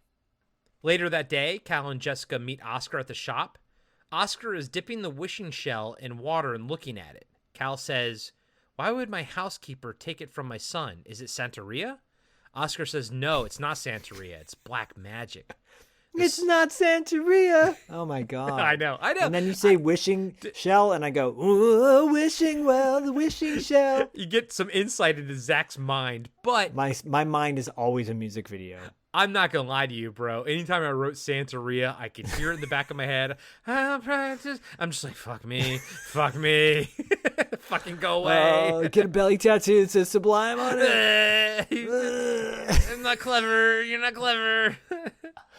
I lump them. I'm sorry, this is gonna piss off a lot of people. I lump them in with Smash Mouth. I do too. I mean, the 90s. But hey, here's the thing: fucking radio only ever played 2 fucking songs of Sublime. So all I know is fucking. God, I hate radio. I hate the fact that I've only ever heard like some bands. Like I just hear 2 songs at nausea forever for the rest of my life. Radio's fault. It is radio's fault. You know what? Maybe Sublime is good, but I don't know, and I'll never find out because I don't give a shit because I hate those 2 fucking songs. Wrong Way was their other song. Gotta go the wrong way. That's right. And that song. It's fine. If you like it, cool. If not, I don't care. It's all good. You know who I like? Creed. My sacrifice. Hello, my friend, we meet again. It's been a while since we meet again. Feels like forever. That's a great song. I'm like the Brule gif of him looking around. Sorry, it's like thinking about sacrificing, and that my sacrifice popped in my head. My sacrifice. I can't keep up with your musical brain. Sorry. Oscar says the symbol belongs to a god of destruction. I'm just moving on. You said Creed, and I'm just moving on, buddy. I'm trying to save you, my friend. No, I'm lost. I'm lost, buddy. No, save yourself.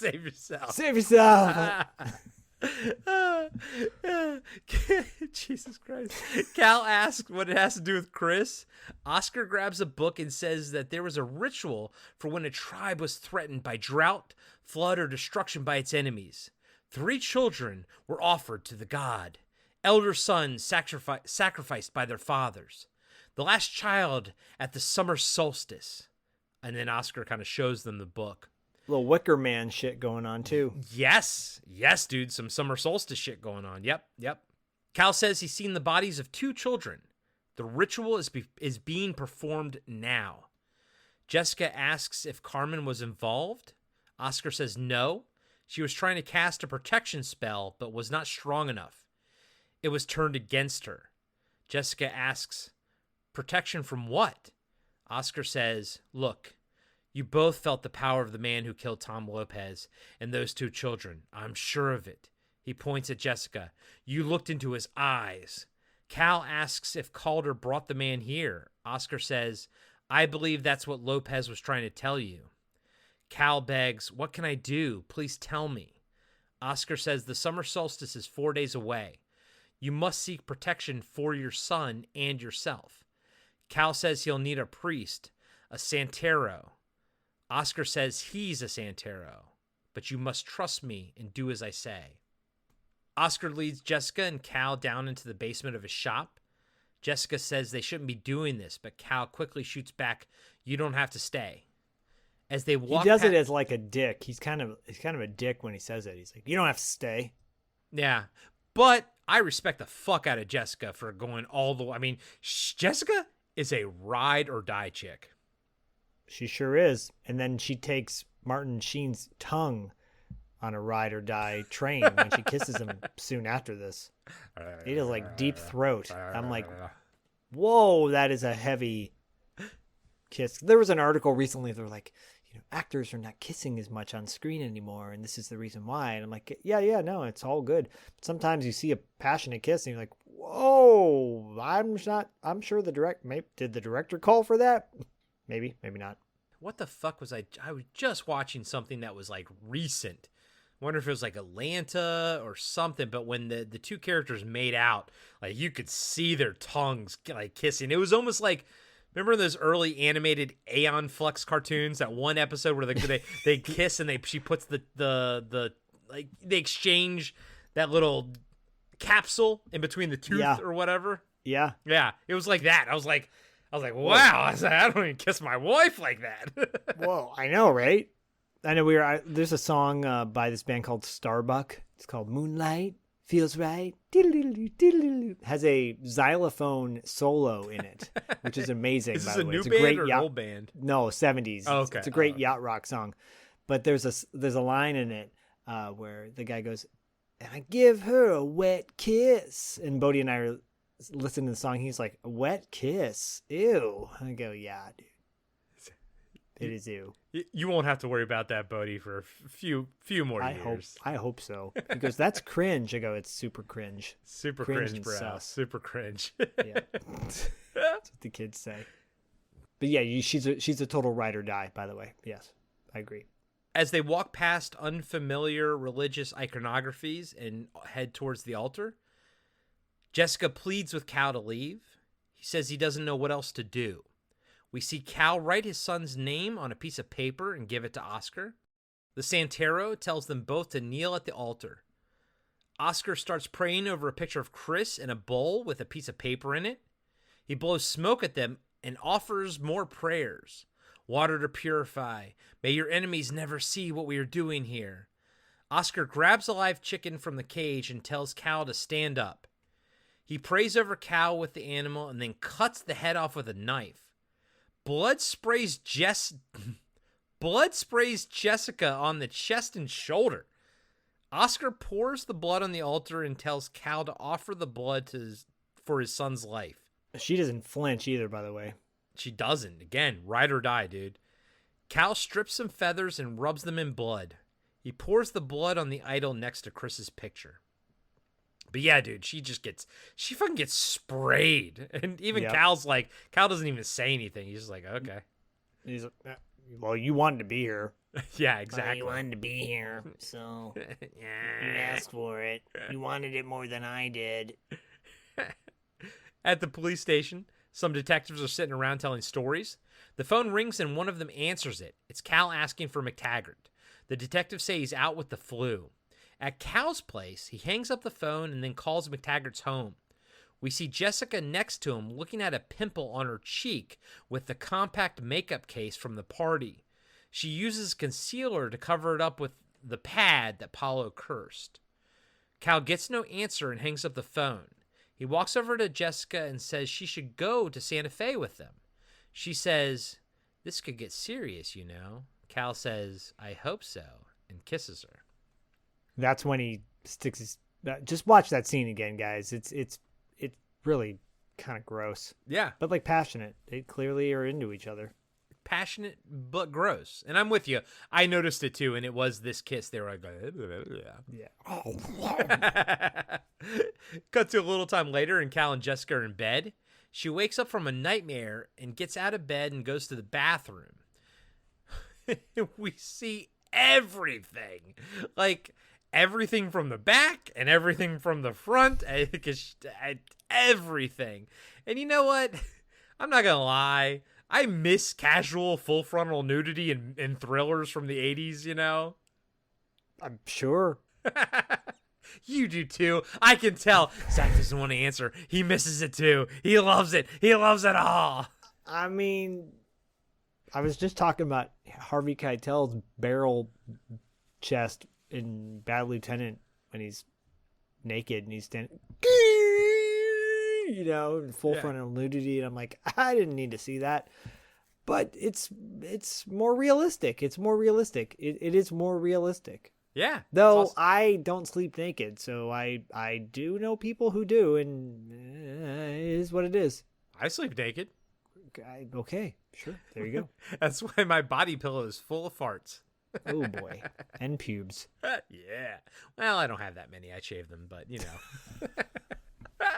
Jessica checks the pimple in the mirror, and it's getting bigger. She puts some rubbing alcohol on it. It's like, oh my God. And she's so mortified by this pimple. You can Not tell even peroxide. she's never had one before. She's like, oh my God. No, the cigarettes keep the acne away. You're not wrong about that. I know. It's the leathery skin. I've dated smokers in the past. Can I say,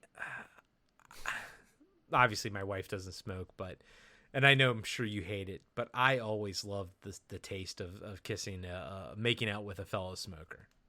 Oh, that's great. I didn't. I did not. My ex-wife didn't. I've never seen a more disgusted look on Zach's face before. It's gross. It's gross. It's just like nicotine. Think of all the chemicals that are in there. All the sweet, sweet chemicals. Was your ex a smoker? Oh yeah. Okay. She was at the end of our relationship. You made her. You made her be a smoker. I guess. I don't know. Life.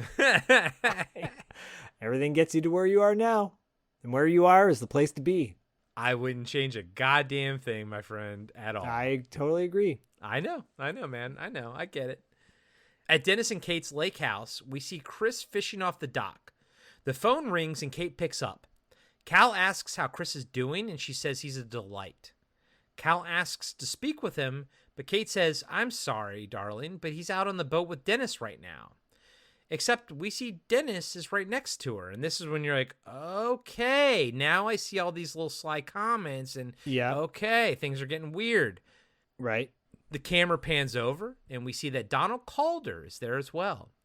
Kate asks if he'll be there tonight, and Cal says he will. They have a whole weekend of fun planned. Or do they? Cal hangs up the phone, and the camera goes back to Chris fishing on the dock. Paulo walks up next to him with a fishing rod of his own. Chris turns and looks at him like, who the hell are you? But okay, sure. You want me to move over? Want me to move over? Yeah, he just like a kid. He just looks back. He's like, what the fuck? And then he's like, goes back to doing what he's doing. Oh, this is a community pool. Or this is okay, cool. Sure. Kids don't ask questions. No. Back at Cal's place, he calls Jessica and asks if she's all right. She says she's just really tired. Cal says he'll be right over, but she says she needs some sleep. Cal says they can postpone, but Jessica says to go without him. To go without her. The camera slowly pans over the pictures in Jessica's room of her headshots and everything like that, like you said earlier. Nice headshot, Chief. Nice headshot. Nice headshot, Chief. When she hangs up the phone, we see the sore on the side of her face is the size of a golf ball. After she hangs up, she quickly picks up the phone again and asks for Cal, but it's dial tone now. Dial tone from G.I. Joe? Good call, buddy. Good call. Not my favorite Joe, but that's okay. So you're more of a mainframe guy. Yeah, I was more of a mainframe guy for sure. Dial tone, I'm like, what's the point of having dial tone when you've got mainframe? Like, they're both tech guys. I mean, so was sci-fi and everything. Yeah, at some point you started to get a bit redundant on the roster there. And then, as much as I thought he kind of looked cool, the medic, the at the end, the red and white medic, you know? Oh, I had his toy. Lifeline. Yep, Lifeline. He's a pacifist. I'm a pacifist. Yeah. Come on. Yeah. Lame. I always liked Doc better. Oh, Doc was 10 times better, but like what Lifeline was lame. Yeah. He's lame. And then they devoted like 3 or 4 episodes to him in the end of the final season. I liked one of my favorite toys was Barbecue because I liked how he had that mask Barbecue? he actually put on and Barbecue. Yeah, his voice kind of like talking like that. His voice was terrible, but he was so cool, Barbecue. Yeah. No, I thought he had a like how the tube like hooked into like his chest piece and stuff like that. Oh no, that was Blowtorch. I thought Barbecue had a Barbecue was the one who was orange and gray. Blowtorch was the one who was red and yellow. I had Blowtorch. Blowtorch was the Irish guy. He had an Irish accent. Yes, I had. So then, why do you need Blowtorch and Barbecue? They're both flamethrowers. Exactly. I don't know. I don't know. Moving on. I don't know. Why don't you enjoy the Vipers here? Where's the Viper? I remember that. It's the Wiper. Yep, I know. I remember that fucking episode, buddy. I remember it. Two windows. I love G.I. Joe. But you know what? As I'm getting older, I bought the G.I. Joe box set and everything, and I bought the Masters of the Universe box set and everything. I truly believe that Masters of the Universe is the better show, and it has more legs. I think it's timeless. I think G.I. Joe is of the 80s, and I will always love it. But as I'm getting older, I think He-Man is fucking timeless, dude. I mean, I love them equally for different reasons. I can't say one is better than the other, though. I just love them equally. I think for me, it's kind of jarring because I was such a huge G.I. Joe fan as a kid. And, I mean, I loved He-Man, but I didn't love He-Man as much. I think I love He-Man more now than I actually did as a kid. I do, too. Yeah. Good talk! That's a good talk, Zach. Good talk. Let's talk about the Believer. Santorini Sublime sucks. Get back to Sublime. Oh, okay. Where the fuck were we? Cut to Cal leaving his apartment, but he gets a phone call. It's McTaggart. The lieutenant doesn't sound good. My apartment. Got to see you. Then he hangs up the phone. We see Cal driving across the city and into, I don't know, man, Queens, Jersey? I don't know. I guess so. Yeah. One of the 5 boroughs. I don't know New York that well, to be honest with you. I don't either. Yeah. But it looks like a dilapidated complex. Yeah, almost like projects almost. Yeah. He knocks on the door, but it slowly opens. Cal slowly walks in, and we see McTaggart sitting at a chair with his gun pointed at the door. Trash is littered all around the chair. McTaggart looks like death. He tells Cal to come in and step into the light. He wants to see his face. Cal cautiously enters the apartment and closes the door. He looks around at the place and sees the TV has been shot. Shot your TV out, huh, man? Just like Elvis. That was from Inner Space. Cal tells McTaggart he doesn't need the gun, but the cop says he saw them outside his door. Cal says he came alone. He's here to help. McTaggart flings a file at him without barely moving his arm. It's the sealed report on Calder's son's death. McTaggart says it wasn't an overdose. He killed his own fucking son. Cal looks at an image of the boy upside down with a hole in his stomach. McTaggart says he found it in the buried files. They didn't think he knew where to find them, but he did. That's why they're watching him now. Just then the phone rings and McTaggart tells Cal to answer it. When he does, the person on the other line hangs up. McTaggart asks, "Why haven't they done anything to you?" Cal says, "What have they done to you?" McTaggart says he can't move. The phone rings again and McTaggart shoots it, then puts the gun to his head and starts uttering a prayer. Cal says the prayer too and slowly takes the gun from the dying cop. McTaggart says to Cal, "Take the gun. Kill him. The police won't help you. He can get to anybody. I'm begging you. Go." Cal puts the gun in his pocket and grabs the file and leaves the apartment, while McTaggart whispers, "Destroy Calder. God help you." After Cal leaves the apartment, McTaggart reaches down to his ankle holster and takes the gun out and shoots himself in the head. Big rips to McTaggart. So if he couldn't move, how did he get all the food and trash around? I mean, do you need to...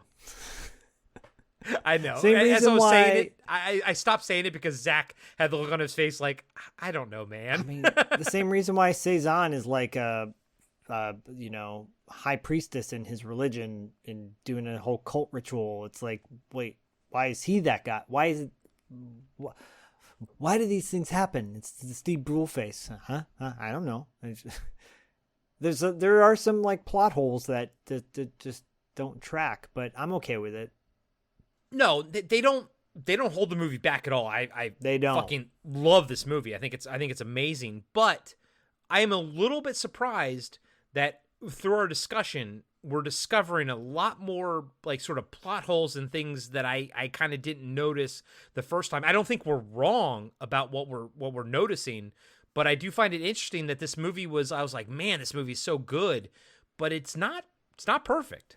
It's not perfect, and I was going to point this out earlier. There's two tonal shifts musically. One, I think it's when Cal goes to meet Tony, and then it's when he goes to McTaggart's apartment. The music goes into like a synthwave score. It changes. The music totally changes, a la Carpenter in Escape from LA. Yeah. If you want to hear that discussion, Escape from LA, that'll be coming up pretty soon in our Carpenter Factor series, exclusively on Patreon. Go to patreon.com/podcastingafterdark to check out the Carpenter Factor. And if you already are a subscriber, you know how awesome it is.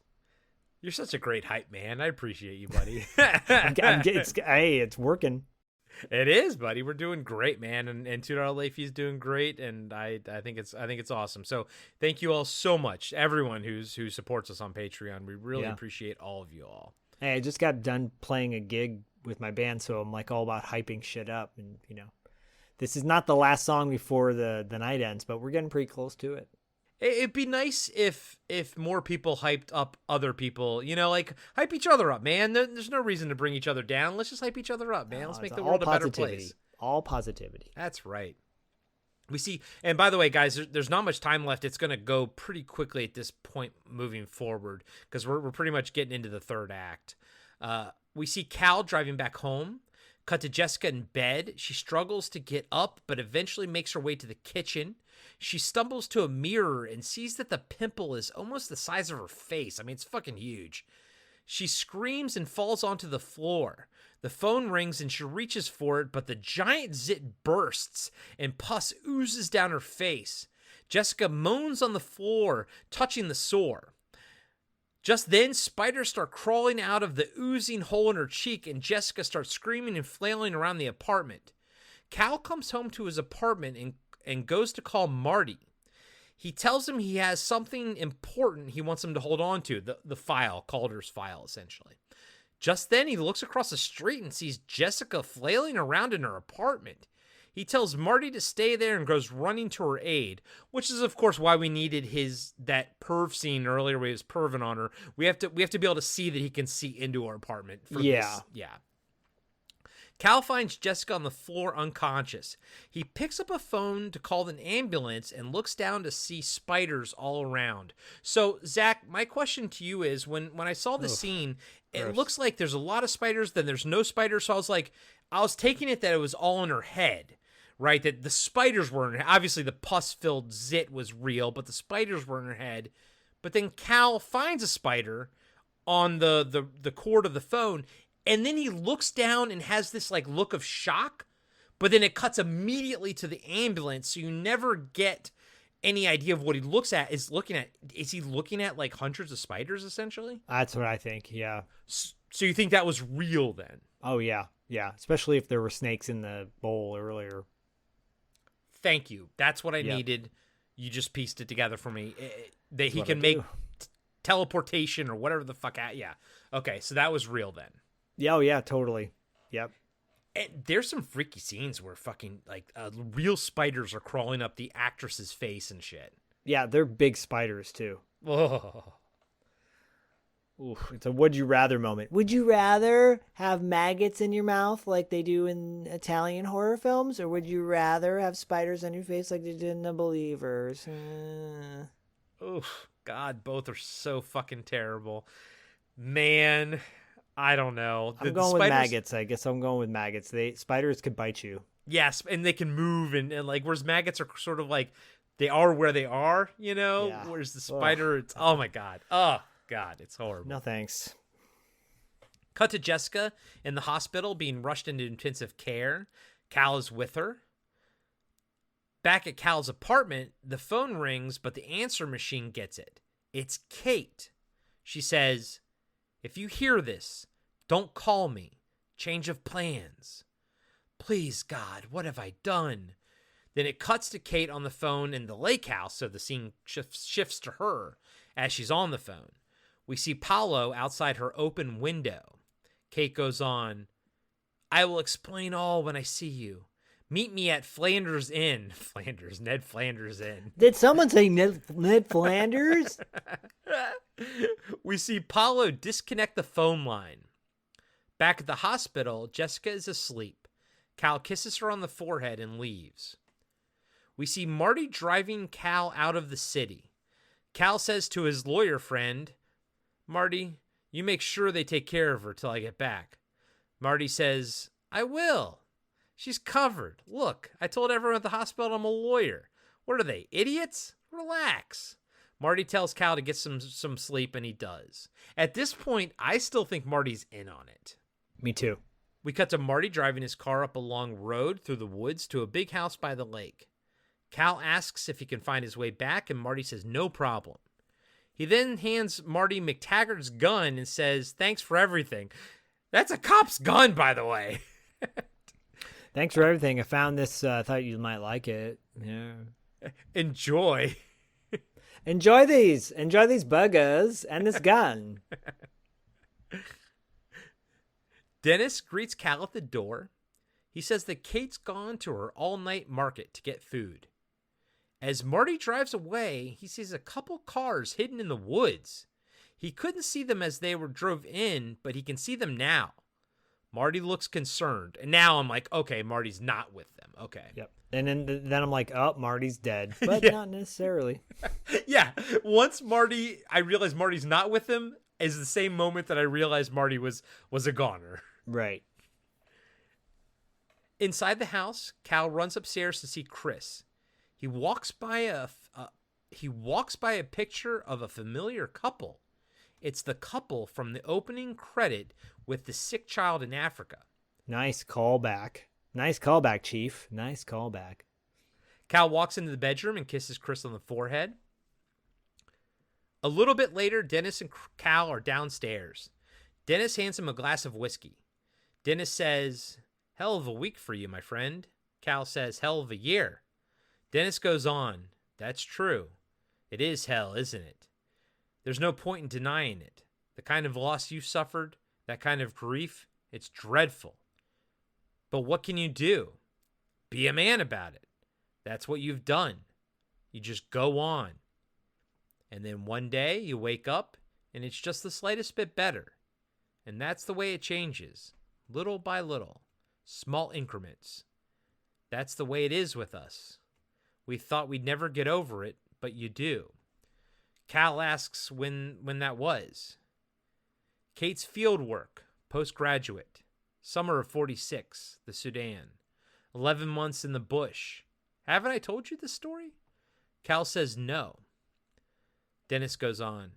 Worst drought in 50 years, then cholera. We saw half the tribe decimated. Daniel was only 4 years old. I argued against bringing him, but Kate insisted.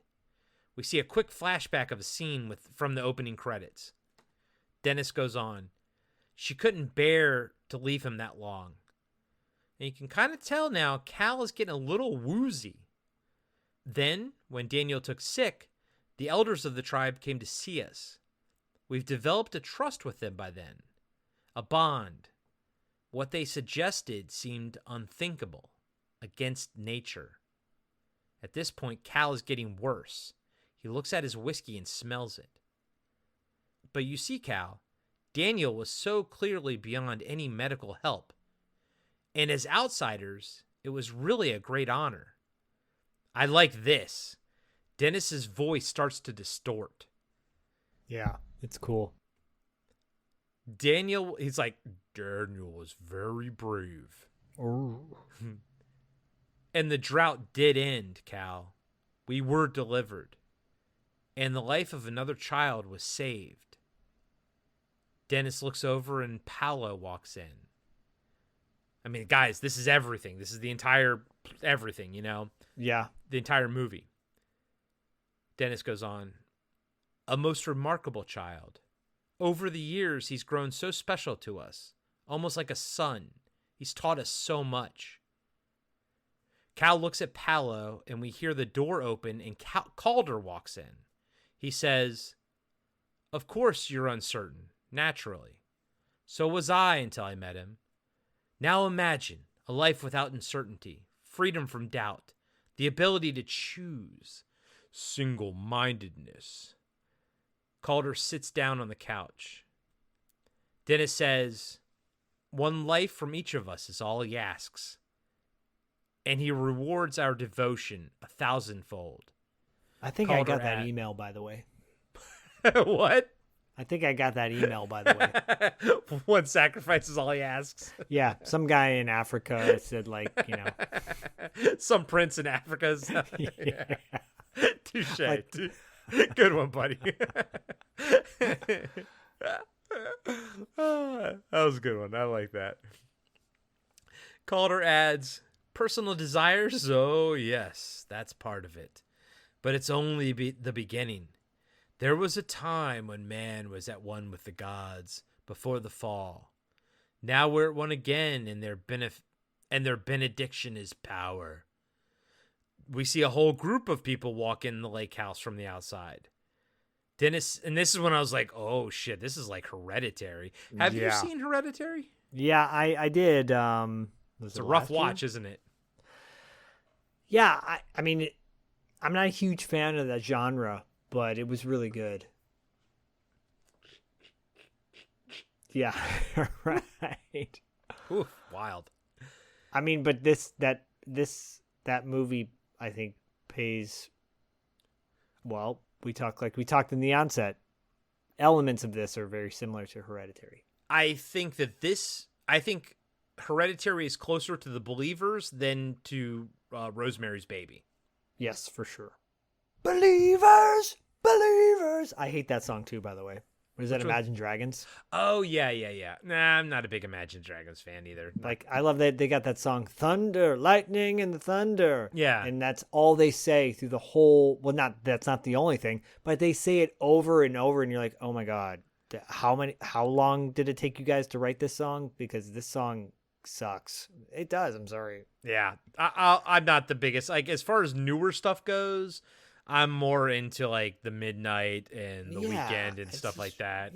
I'm not into Imagine Dragons. I'm sorry, but I am seeing Tool in concert with Myra in October. They're coming to Eugene. We got our tickets, cool. so I'm excited for that. I mean, that's cool. But yeah. Again, sorry if I'm offending anybody. I apologize, but it's just not. It's not for me. It's not for me. This has been a musical hot take episode. I don't know why. I don't. What's the Santeria? It's the fucking Sublime. It's all started with. God damn it! My sacrifice. Dennis says that Chris was chosen when he found the shell. So I think that was the catalyst. Him finding the shell was truly the catalyst. Everything up to that point was just bad luck, man. I mean, that's bad luck too, that he just happened to find the shell. Yeah, no, that's because it could have been that annoying lady, the annoying bad actor lady. In an alternate reality, she's the one that's about to be sacrificed and everything. The movie would have been over to roll credits. Yeah, seriously, that lady fucking sucked. Yep. It was a sign. Then he says that they want Cal to join them. Cal looks around and we see the parents of the first kid that was found dead in the abandoned theater. Behind them are more people from the party. Cal slowly gets to his feet and drops the whiskey. This is the scene that I said where like the camera's so low and he rises so high. Yep. He runs to Chris's room, but he's not in bed. Cal locks the door and breaks the window with a chair so he could escape. Cal runs to the boathouse and stumbles his way to the boat. It's actually kind of bad acting. There just happens to be a ladder on that floor that he can climb down. Yeah, I know. That's I know. cool. And then the way he stumbles is kind of like, you know. So he gets into a boat to escape, but when he throws back the tarp, he sees Kate underneath with her throat slit. So they killed her. Cal screams, and Paulo comes up behind him and puts him in a chokehold, like a headlock, and makes him pass out. I wish he said, go to sleep. Go to sleep. I know. I was hoping someone would come up and lift Cal's arm and go, 1, 2. And then at the third one, he holds it and he starts like hulking up. But then he just drops it. We cut to Marty smoking in his car. He's hidden off the side of the road. He sees a limo go by and follows it. Inside the limo, Dennis and Calder are sitting on either side of Cal, and Paolo and one of Calder's assistants are across from them. Paolo's eyes are milky now. Calder hands Cal a drink and says, man, there's a lot of C names in this, dude. There's Calder, Cal, and Chris. Calder? Yeah, Calder. My God, guys. Masur.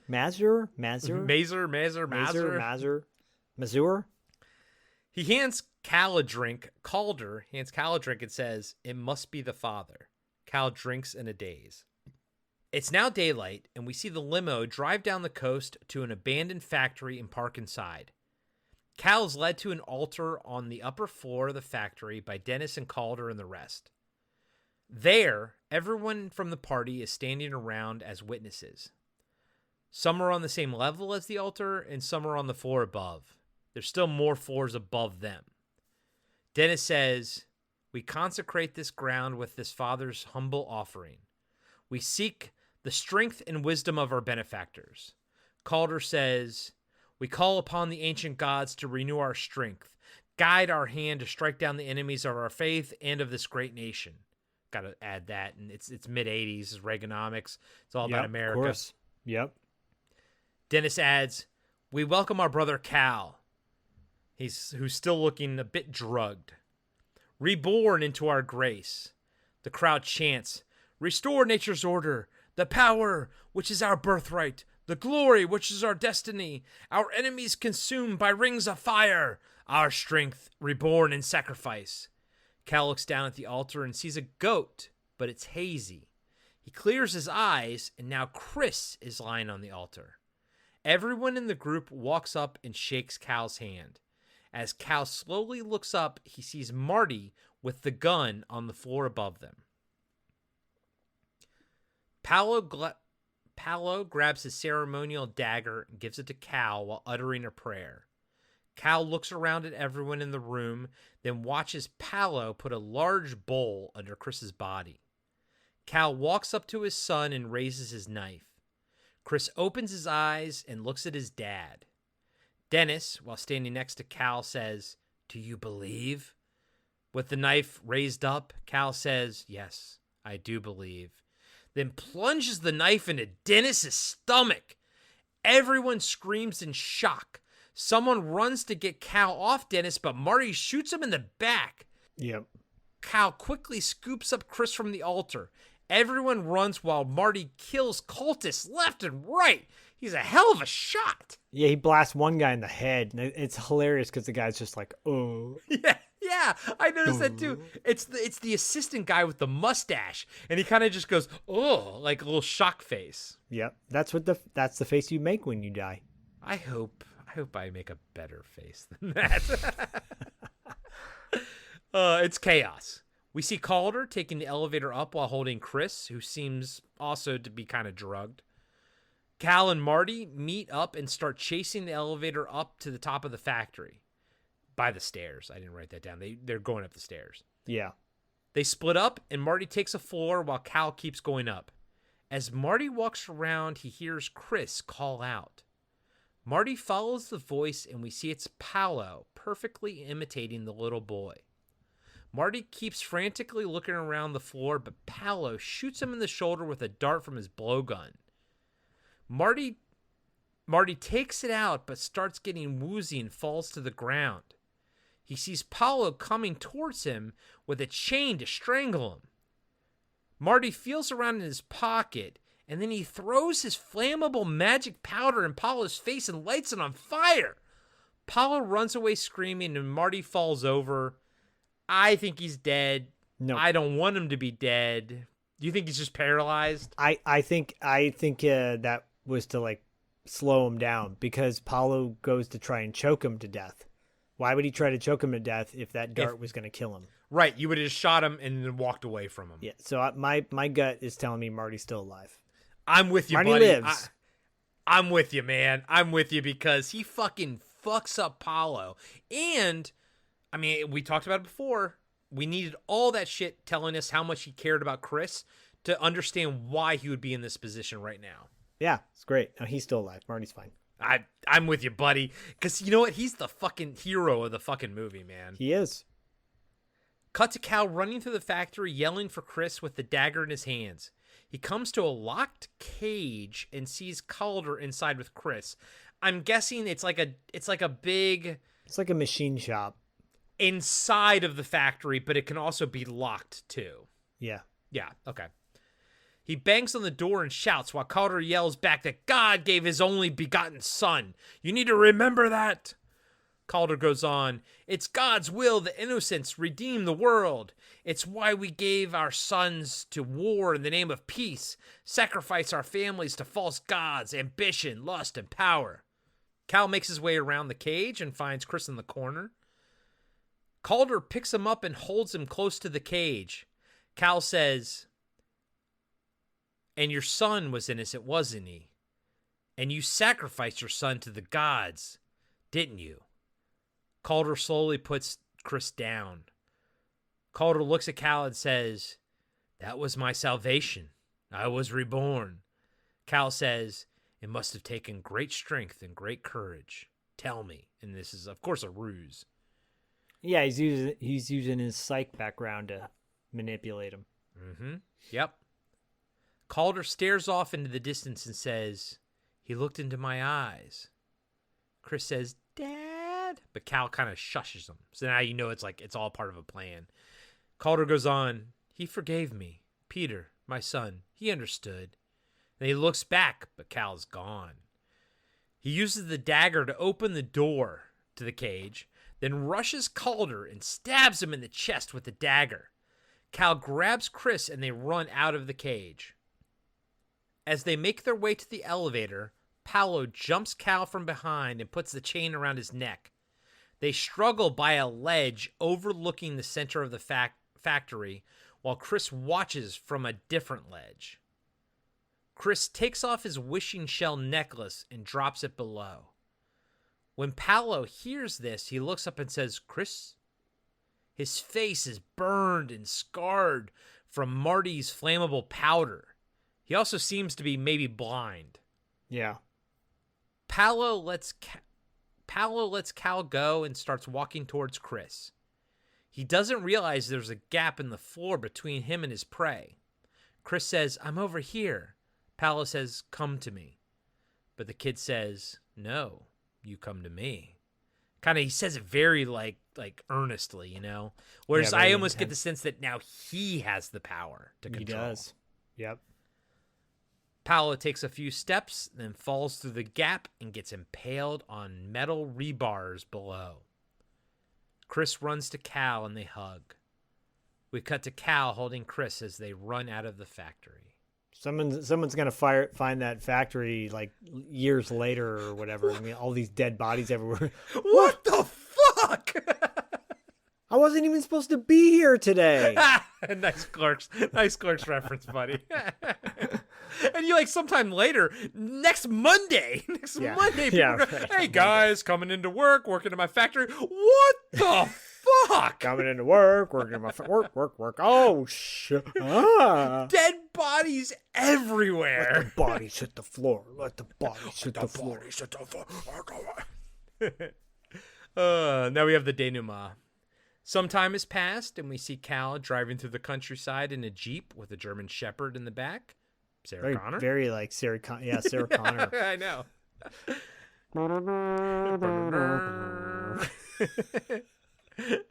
They pull up to a huge farmhouse with lots of land and go inside.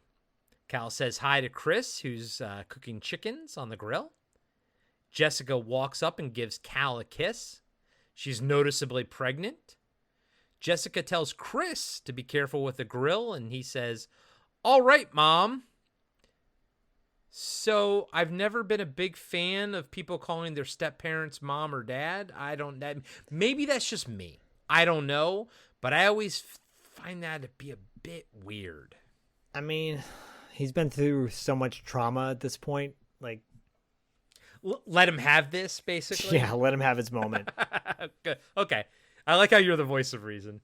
I try. Jessica and Cal go inside and kiss, but then Chris calls for Mom, aka Jessica.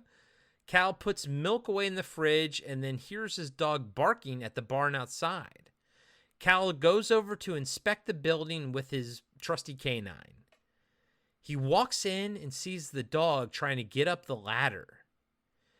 He yells if anyone's up there, but gets no response, so he slowly climbs the ladder, and he sees a giant Santeria altar with multiple sacrificed animals, chickens, rabbits, owls, calves, and more.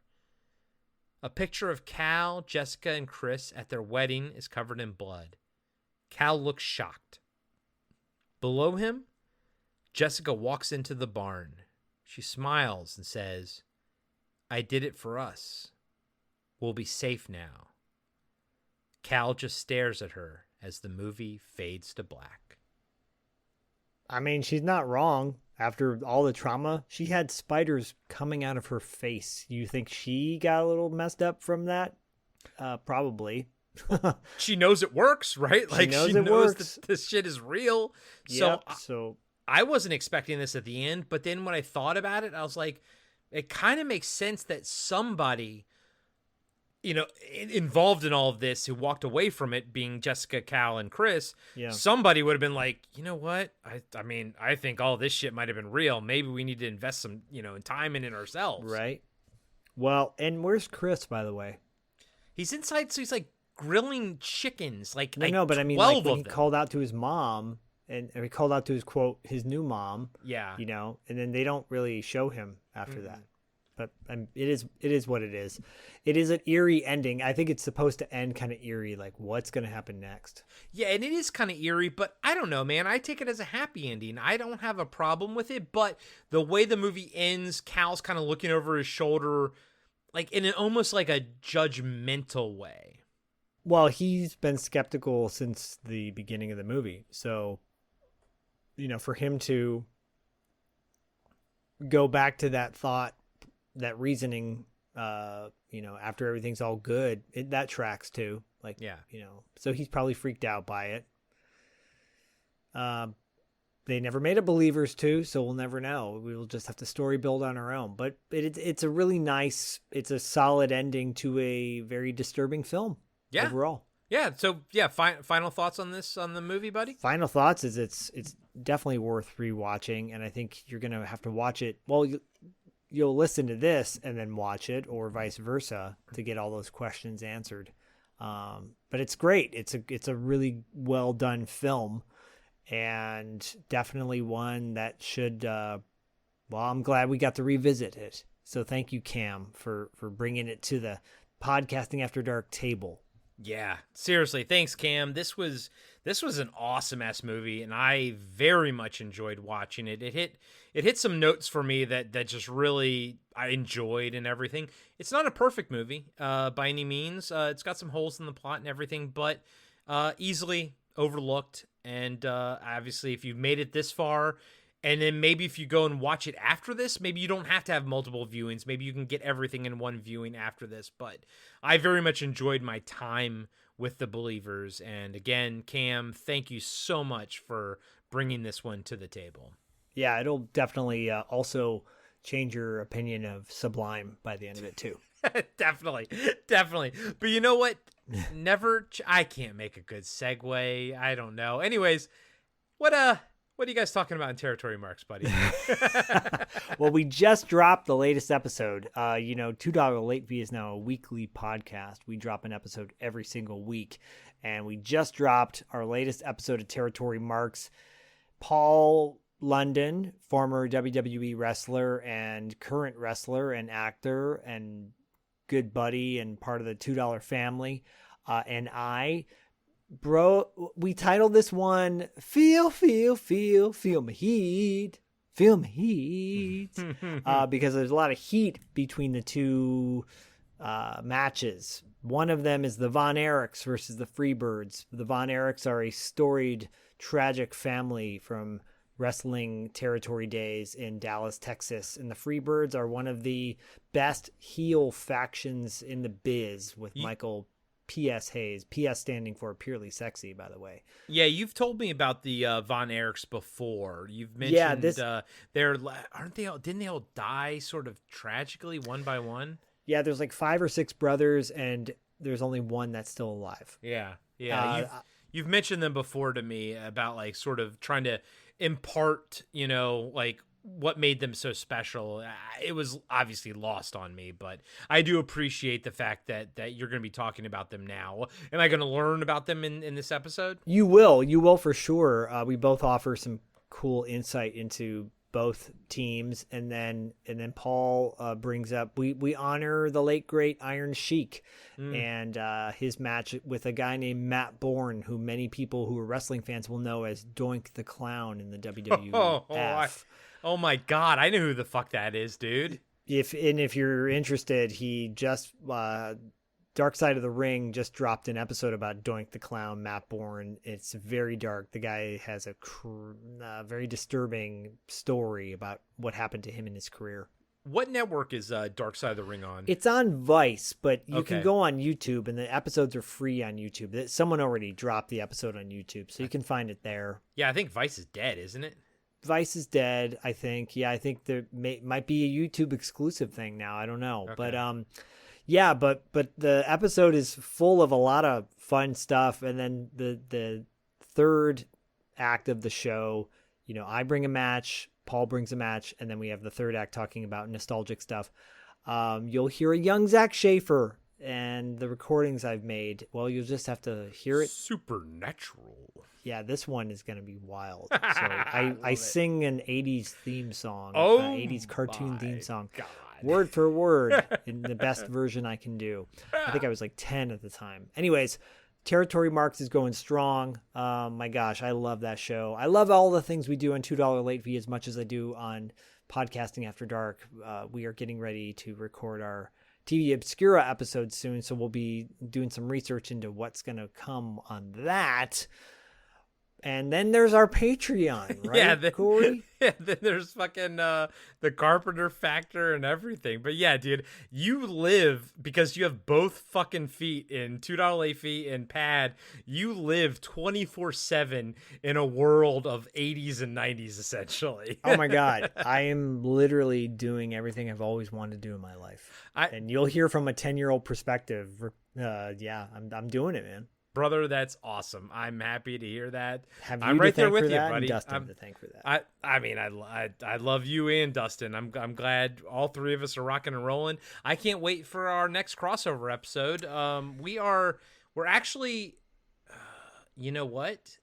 We're like 2 months away from it. We are, but I at the same time, we didn't do any pomp and circumstance, but this is actually the last episode of season 3 of Podcasting After Dark. Oh, wow. So it's weird. I know, right? We didn't like have any pomp and circumstance for it, but like Zach's next movie, whatever he picks next for us to break down and review, will be the start of season 4 season 5, because I'm confused.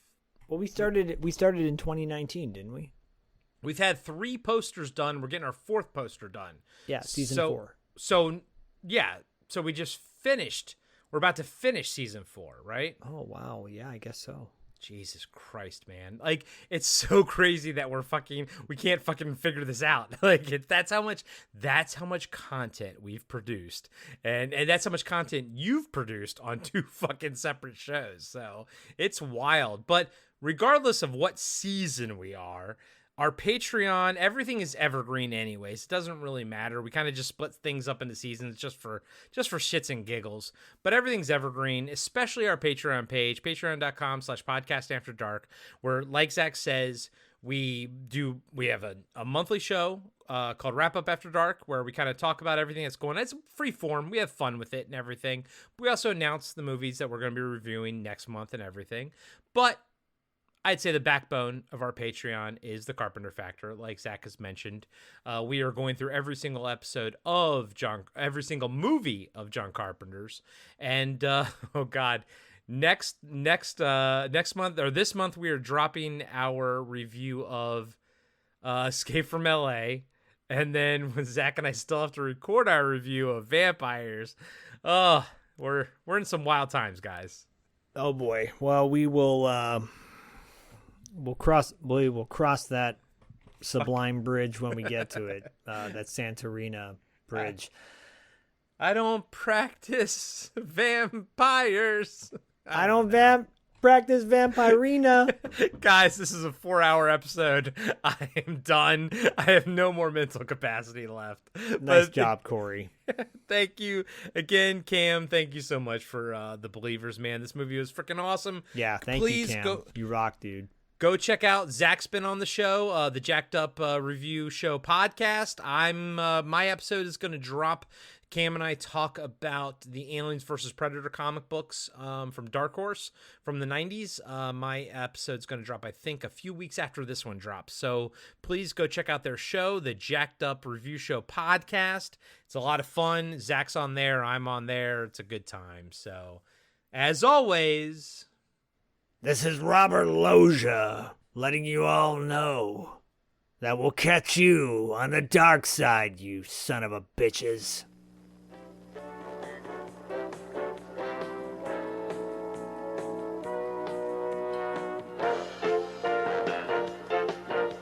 Be sure to subscribe to Podcasting After Dark and give us a 5-star rating on iTunes. Support Podcasting After Dark on Patreon. Follow us on Instagram and Facebook at Podcasting After Dark. And visit us next time for another installment of Podcasting After Dark with Corey Stevenson and Zach Schaefer.